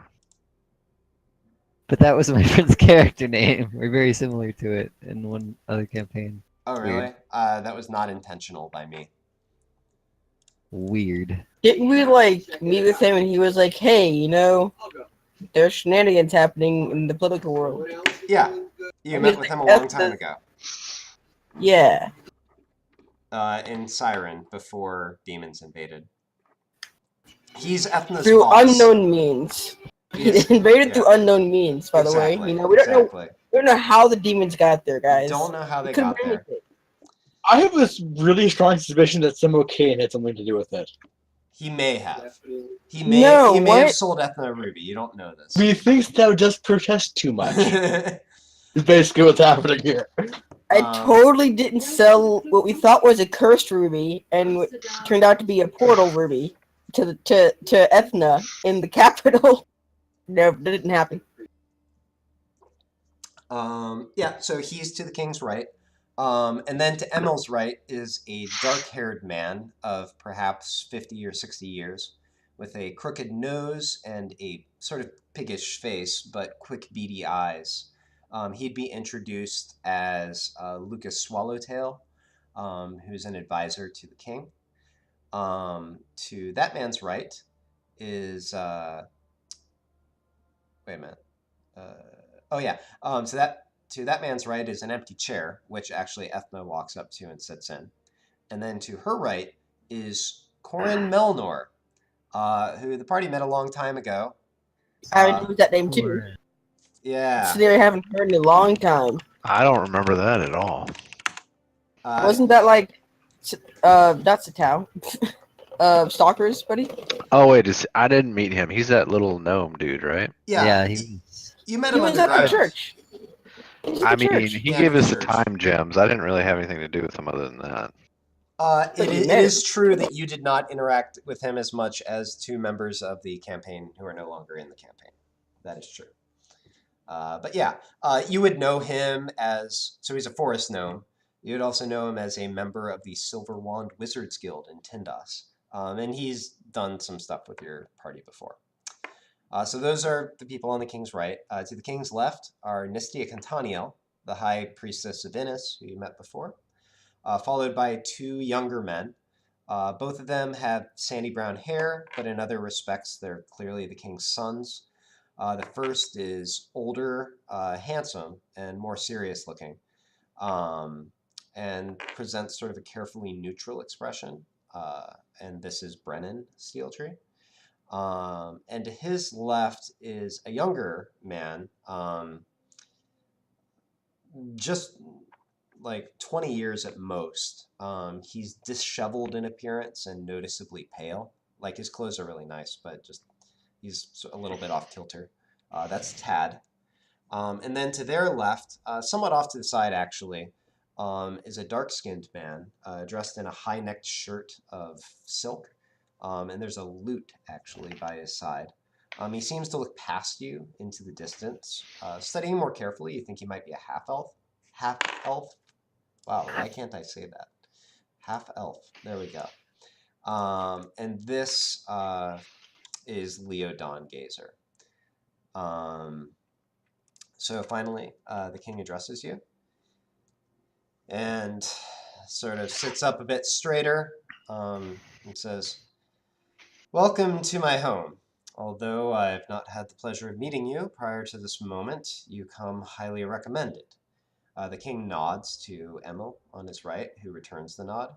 He says, Now, normally I would love to have you stay a while and tell stories of your travels, but the hour is dire and time is short. And so, if you will, we will get straight to business. I have an errand I would like to commission you for. And there's a pause. A long silence settles over the room, finally interrupted by a heavy sigh from King Steeltree, who lays his right like picks up his right foot, crosses it across his left knee, grimaces a bit, and says, "At least that's probably what I'd say if I was a more straight-laced sort of king. As it turns out, I prefer to enjoy my life." He turns to his left and says, "Brennan, would you have the servants bring some chairs up to the dais and fetch some of that good dark ale that Master Oakbridge came up with recently?" And he turns back to the rest of you as Brennan rushes off and says, "The extra chairs will be in a moment. Please make yourselves comfortable." You're weirdly cutting out. I see why they made him king. Did you catch the gist of what I said, Fallon? Yeah, I think so. Cool. I assume I wasn't the only one who heard you. Let me know if I keep having problems. Okay, so some time passes with some light, slightly awkward conversation, but not too bad. As a few servants appear, bring in chairs. One of them brings in actually just a barrel, taps it, fills up a bunch of glasses, and then leaves, and the doors close behind them. The king leans back, takes a long draft, then sighs once more and says, "All right, now that we're comfortable, welcome to my humble abode. We've all been introduced, so perhaps we should, or actually, wait a minute. Yeah, I take it back. Pleasure to meet you all." He does look over, actually directly at you, Aaronin, and says, "Although I'm given to understand that I should perhaps be busting a few balls among gathered company." I grin a little bit, but not too much. Okay. Like just like a mild grin, but like very intentionally, not enough to actually like bother him, but enough to be like, "Yes, I know you're talking about me." He holds your gaze for a long moment and then sort of swivels back, and a congenial smile comes back over his face. And he says, "So, how have you been enjoying your time in our fair city?" Been pretty good. Agreed. It's been all right. I like the guards are pretty sweet. I'm a fan. Okay. What I went? Oh, you guys weren't there. I went to a party with all the city watch. It was a good time. I can imagine so. When was this, Maxis? Oh dear. I just say when I helped them like chase the giant, like all the kegs of beer that went down the street. Wasn't that the city watch guys? Yeah. The king looks at you and says, "Where was the party? When was this?" A while back. He says, "They never invite me." Anyways, I hope you had half as good a time as," and he looks back at you, Aaronin, "your friend here." I grin much more widely this time. Right. Good. I recall it being a pretty good night. Can I like insight check the king? Yeah, sure. Actually, yes, I would like to insight check him as well, just to make sure he's not going to like try and chop up my dick. Yeah, sure thing. I want to see if I can help. Nat 20? Oh shit. No, that's not natural 20. That's just a. No, I nat 20. Yeah. Okay. So Aaronin, he's keeping a smile on his face. You can tell that he's actually a very composed sort of individual, but he is sending you a clear message, and you are slightly afraid of what might be coming. Kane, on the 25. He might hold this over Aaronin later, but he's probably not chopping his dick off. Was the border girl his daughter or something? Yes. Yes. Okay. Does he want to cause him any kind of harm, even like light harm? Yes, he does. Maybe some mild food poisoning. He wants to kill him. The answer to that question is yes. I have 2 daughters. To be entirely clear, I regret nothing. The king finishes his beer, sets the glass down next to him, and then says, "All right, now that we're appropriately prepared, we probably should tell you why you're here. Leo," he glances to his left at the man who's clearly the court bard, which is an interesting choice to be describing, your errand. But the man who this entire time has sort of, it seems like he's been looking past you all. He snaps into focus and nods. And he says, "Some 4 days ago, Westeros was overrun, which is the basically the larger small town among a bunch of small farming towns, basically to the west of Citadel. We retained spies in that city, however, who have relayed to us interesting news.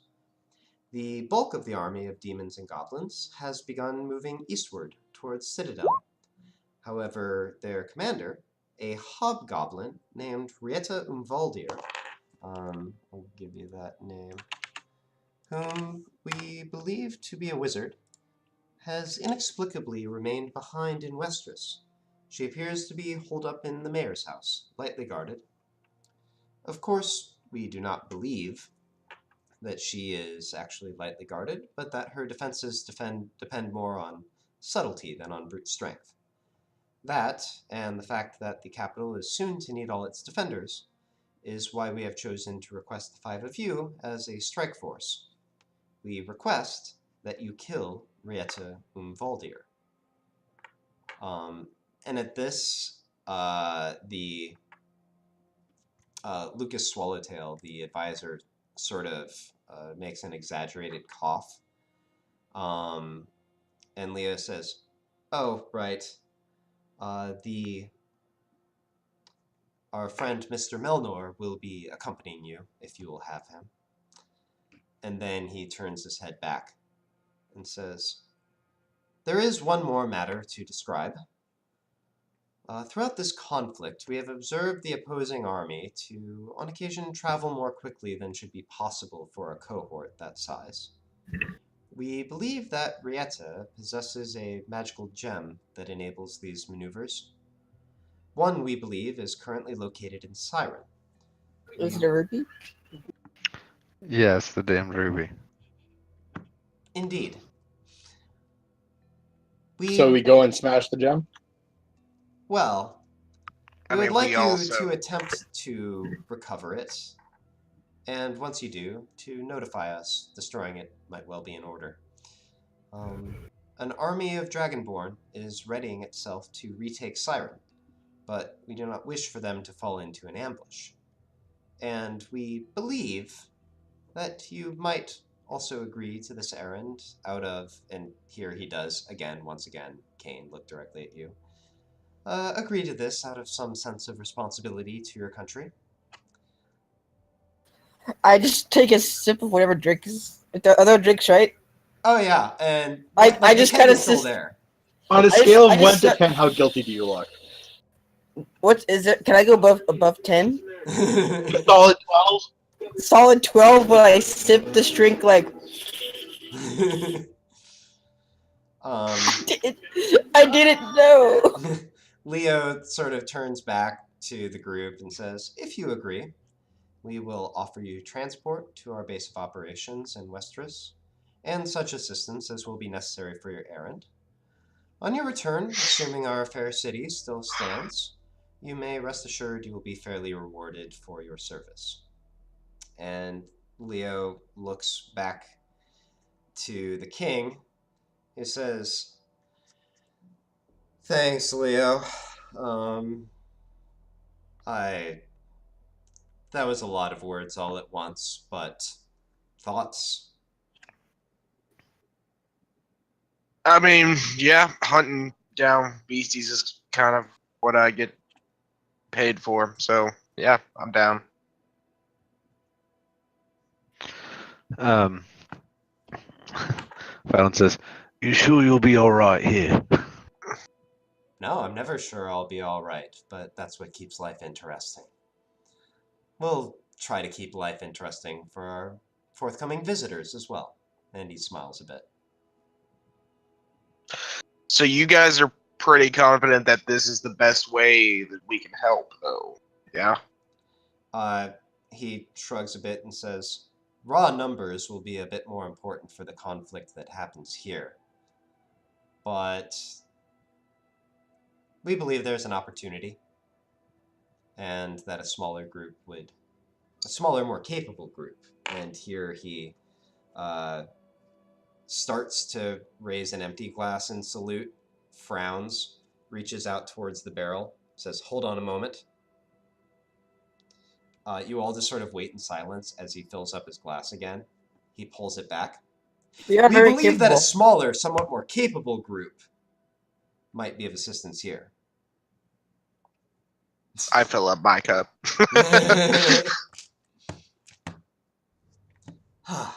And incidentally, this is extremely good. You ask if there's anything stronger than that? I'm feeling a bit nervous all of a sudden, what with the talk of rubies. Oh, and the king looks at you and he says, I wouldn't worry about that. I'm sure that you've behaved completely responsibly all the way up to this point, and, fortune ought to favor you going forward. Balin leans over to Kane. Go ahead. As he says, behave responsibly up to this point, I take another big sip. So I have been assured of all of your quality. And he smiles. We are very capable at missions like this, so... Alright, I'm like in like the shirt I sent in the link. It's like the kind of like outfit I'm wearing. Okay. Or it looks like I'm wearing. I couldn't get it. Says, well, would be happy to answer any questions you have, but I figured, let us eat, drink, and be merry, right? We have dinner for you in the dining room if you'll have it. He gestures towards Leo. Entertainment as we're able to provide in these times, and we can help you be off in the morning. Okay, sounds good. Brilliant.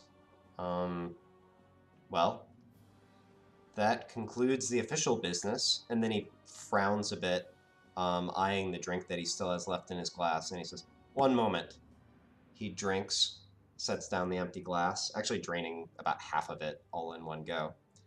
And he says, that concludes the official business. So what? He looks over to his left. Brennan, perhaps you can show them to their rooms? I thought... if he shows to their rooms, can I, like, talk to the king? Like, kind of go up to him? To, like, whisper talk?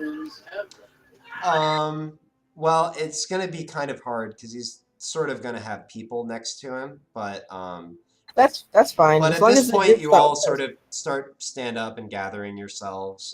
Brennan's sort of walking to the path, so you can sort of stand up and step a bit closer. That's what I'd do. I'd let an assassin go talk to the king. As you do, an eyebrow rises on the king's face. And a whisper and a hushed tone, so the rest of the group can't hear me. I'm like, so I couldn't help but notice that there seems to be some ill feelings towards Aaron. The rest of the group can roll me perception checks. I'm like covering my mouth and everything. Like this is like, and whisper. Okay. Oh no, that's persuasion. Damn it. Anyone who rolls a 20 or higher can listen. I definitely did not roll higher than 20. Is this a sight-based perception? Okay, so my first one should have been so good, but I rolled the wrong fucking thing. I'm so mad. It's unfortunate. Is this a sight-based perception? You can't see my mouth. No, it is not. Okay. So the king looks at you, Kane, and says, now why would you think I have any ill feelings towards any of you? Just, I'm good at reading people, are also kind of dicks. And, you know, I've recently figured out identities of certain people I've encountered recently, but, you know, if there's anything you would do to Eric, so it's not like life-threatening, I'd be totally down to help you. He looks at you and says, "You think I need help?" I mean, an inside man's always good to have. Sorry. He gives you a bit of a weak grin and says, "I think I'll be okay, but thanks for the offer." Why does Kane hate Aaronin? I can't remember. They just started. He tried to make me look a cow. I don't think there was a prank war, was there? He tried to make me look a cow. And plus, okay, yeah, there was that.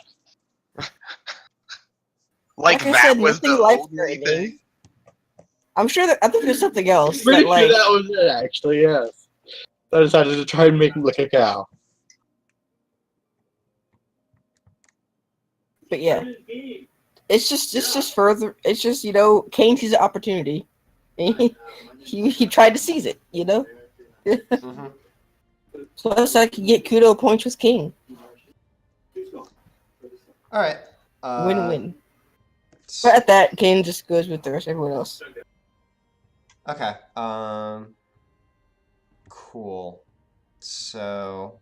What happens if I pick this keg up and walk out of it? You go to pick the keg up?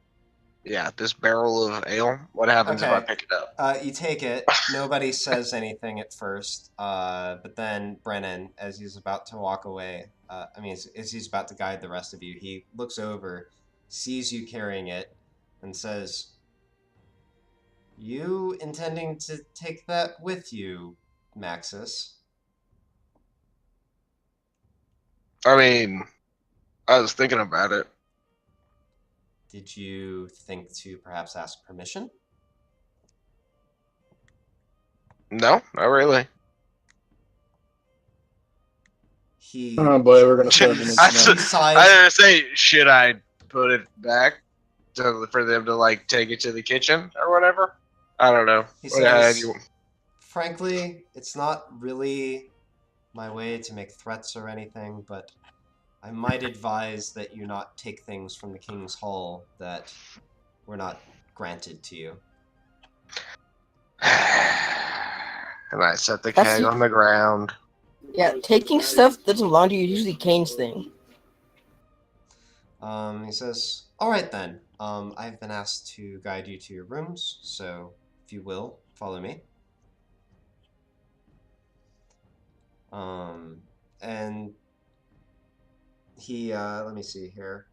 Yeah, he mostly stays silent as he guides you down a hallway. He sort of gestures towards a dining hall as you go past, and he says, "We'll meet there in, about 2 hours' time. You're free until then.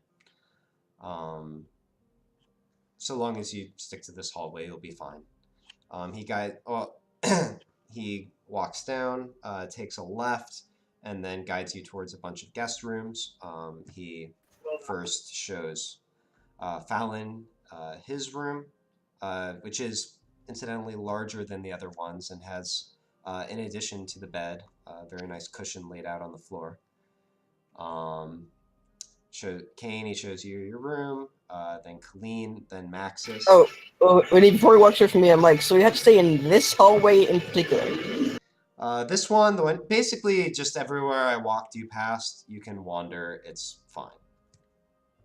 How far, like, into the castle thing are we right now? Well, you came through sort of all the entry halls on your way. There's a right wing that you didn't go down at all.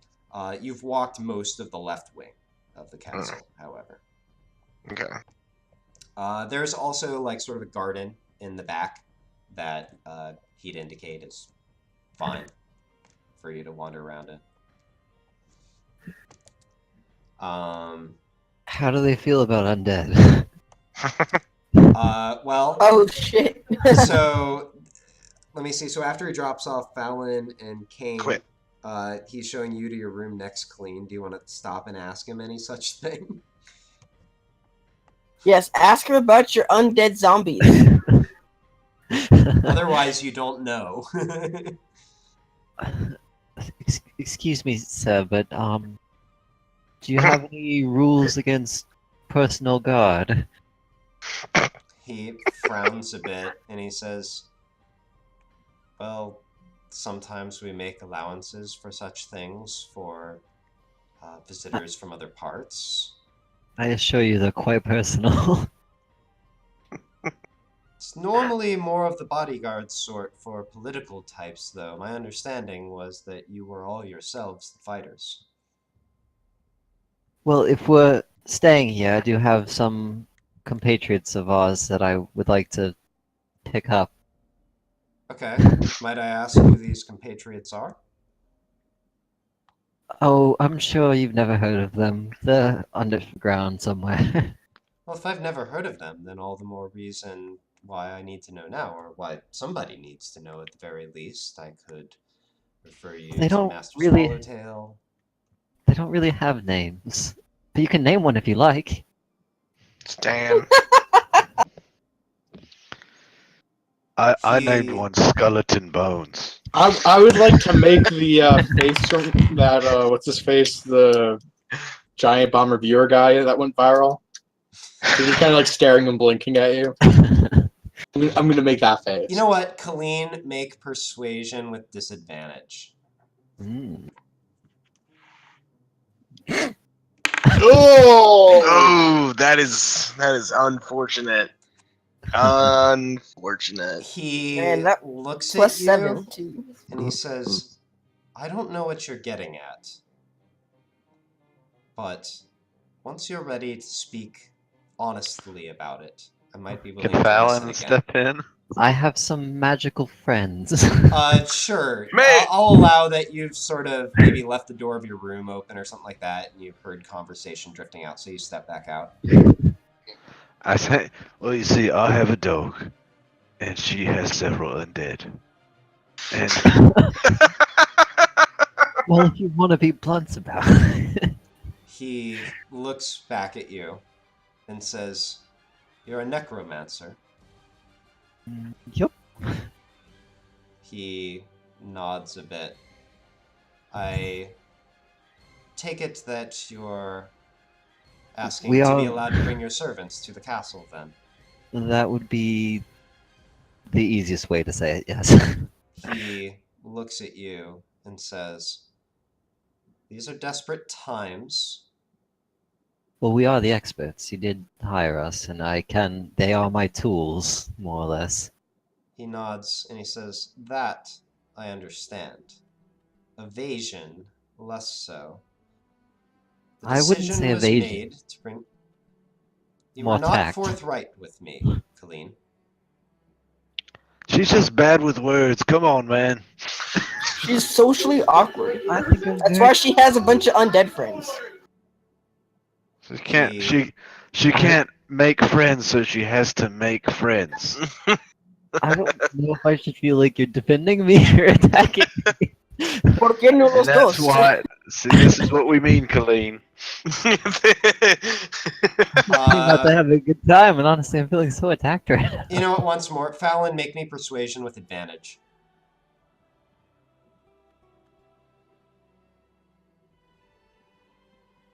Okay. He says, I'll inquire. I imagine we can work something out. Where are these undead? Right then, and I pull one of them out of the bag. Oh, Okay, am I wait here? a minute. Shit. You just immediately pull it out of the bag right there. But I have the bag. How did you get the bag? Oh no. Then I'll go find Maxis and pull it out of the Well, bag. Maxis is standing right there. Are Okay. you just going for the bag? Are you asking Yep. Maxis for the bag? Nope. Is Kane Okay. is Kane there for this? Maxis, I want Kane to see Colleen this. Yeah. lunges for the bag of holding. What do you do?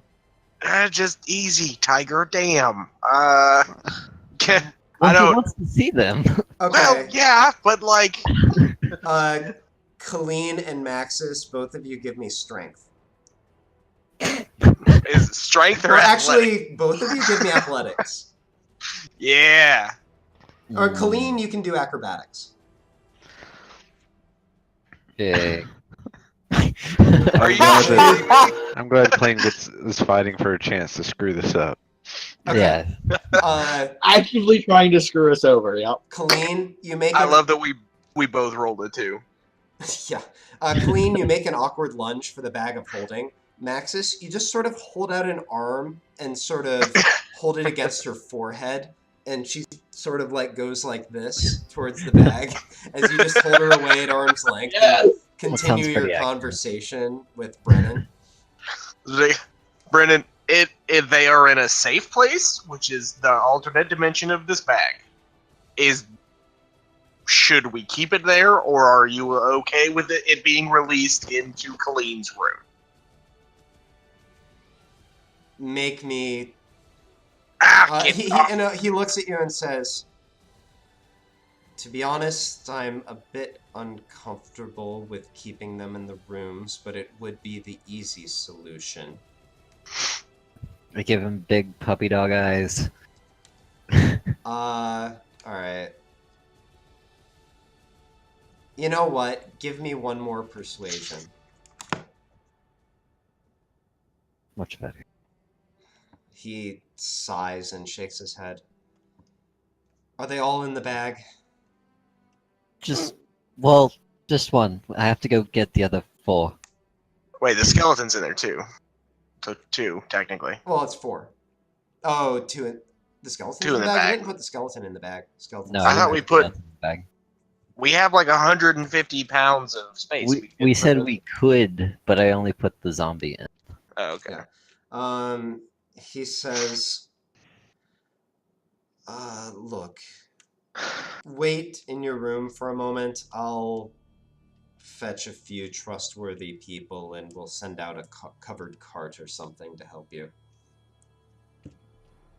Oh, well that makes things much easier. That innkeeper's gonna be real mad. He nods. Nah. I mean, Colleen just has to talk to him first, right? Or just end the spell. Or she can be the one to get them. There are all kinds of possibilities. All right.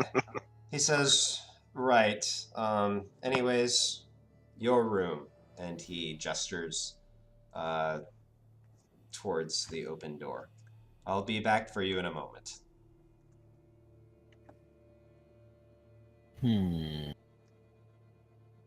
Alright, here's Phil. And I get him out of the bag, I guess, and put him in Colleen's room. He's named Phil now, is he? I mean, this one is. Oh, alright. We will name you Phil. I mean, he filled the bag. This is Phil. F-I-L. Oh my god. Maxis, Colleen, Fallon, give me an insight check. Insight. Secretly going to just get the guard to burn them all. Maybe. Where? Wow. Fallon, Colleen, nailed it. He's especially now seeing the zombie, you can see sort of the distaste written across Brennan's face, but otherwise he doesn't give much of a reaction. Isn't he beautiful? Which zombie is this? Is the monk? Yeah. Which is dressed up in the hood and sheet mask thing. I think it looks dapper. We really need to get them some, like, armor that, like, covers everything. I feel like that would be helpful. Samurai armor. Yeah. Anyway. What about some hats of disguise? Let's get, like, 7 hats of disguise for all the zombies. I just need to level up, man. We'll be good. Well, alright. Brennan looks around at the rest of you, says, as I said, I'll take care of that in a moment. Won't be a problem. Maxis, there's your room. Aaronin, could I ask you to take a walk through the garden with me? Sure. Fantastic. I'll see you all in a bit. After like a few minutes, after like a minute or two, and they're on the corner, can I just like follow them? Sure. Out of sight. Give me stealth. Put up. Aaronin, go ahead and give me perception just to see if you notice Kane. That is perception. 23. Ooh.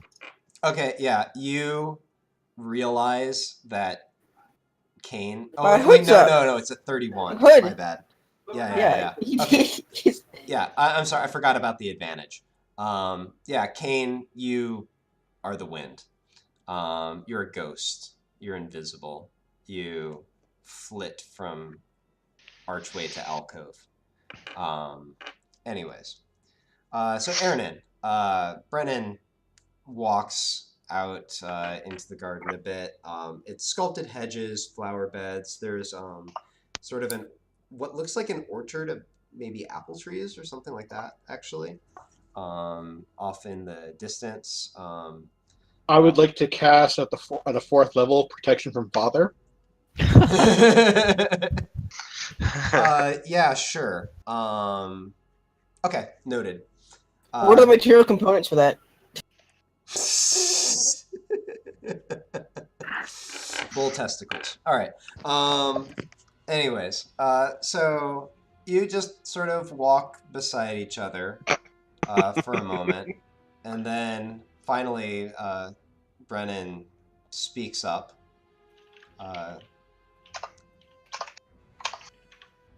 I know that my sister is a free spirit, shall we say, but just want to let you know, let me think about this.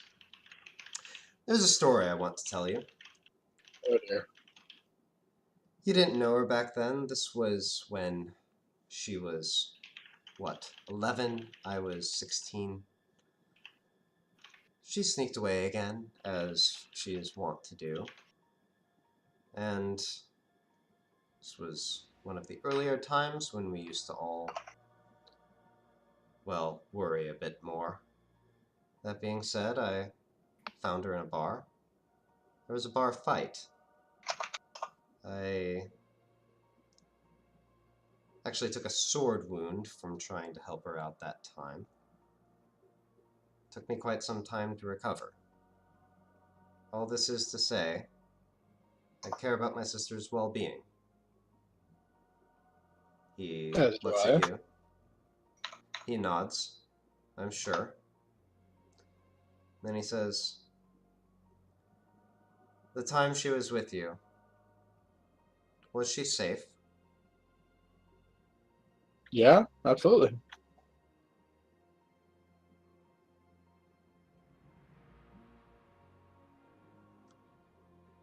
He looks at you for a long moment, and then he turns back around and says, Don't mention the cultists.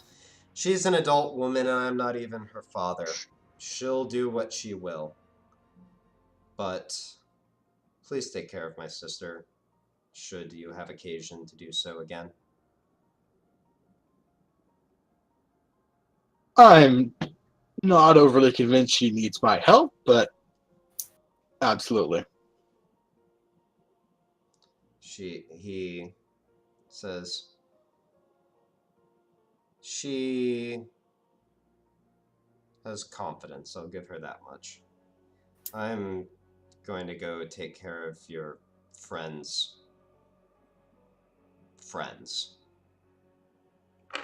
Have fun with that. Right. He turns. I kind of go a pat on the shoulder and be like, yeah. Good luck, bud. All right. So when he gets back, me and Kane are going to town on this thing with the disguise kit. Actually, I pat him on the back and cast Spare the Dying.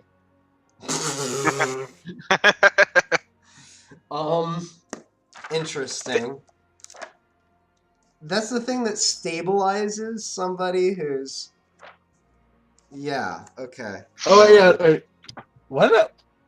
Never mind. I just want to see how much... For some reason, my brain crossed that up with Death Ward. Like, wait, no. I'm not casting Death Ward. I'm not bringing a spell slot on that. Oh, okay. Cantrip silliness. Never mind. Disregard. Oh, okay. I mean, the day's over. You might as well, you know. Hey, wait, what time is that? I mean, no, it's like 4 o'clock. Oh, then actually, yeah, okay. Maybe. Then sure, why not? I'll cast Death Ward on him just to be sure.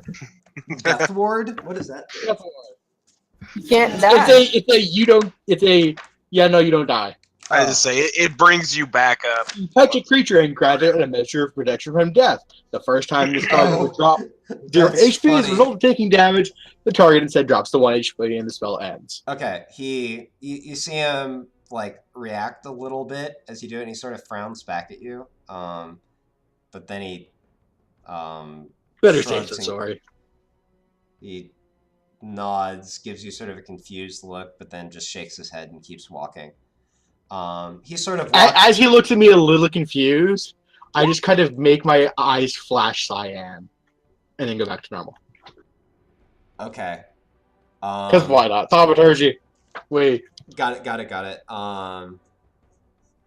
The confused look lingers a bit, and then you see his discipline sort of return to him, and he just shakes his head and turns around and walks back in. As he sort of walks a little bit ahead, like quickly ahead of you as he goes back in, and actually near the door, you cross the younger brother, named Tad, who looks at his brother walking down the hallway. His name is Tad. Yep, his name is Tad. And he looks over at you, Aaron, and says, "Yeah, my brother's a little straight-laced. Hopefully he didn't bust your balls too much." I fist bump him. Not bad.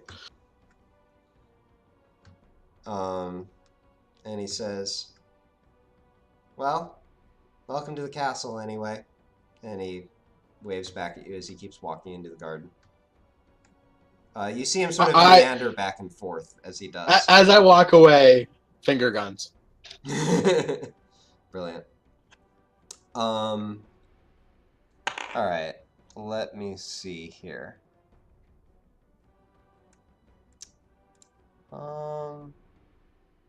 Yeah. So, and actually, this is probably a good point. As the young man walks into the garden and Aaron indeed makes his finger guns, the camera sort of pans away, catching a glimpse through an open window of a rather straight-laced older brother explaining what needs to be done to a few fairly concerned-looking servants.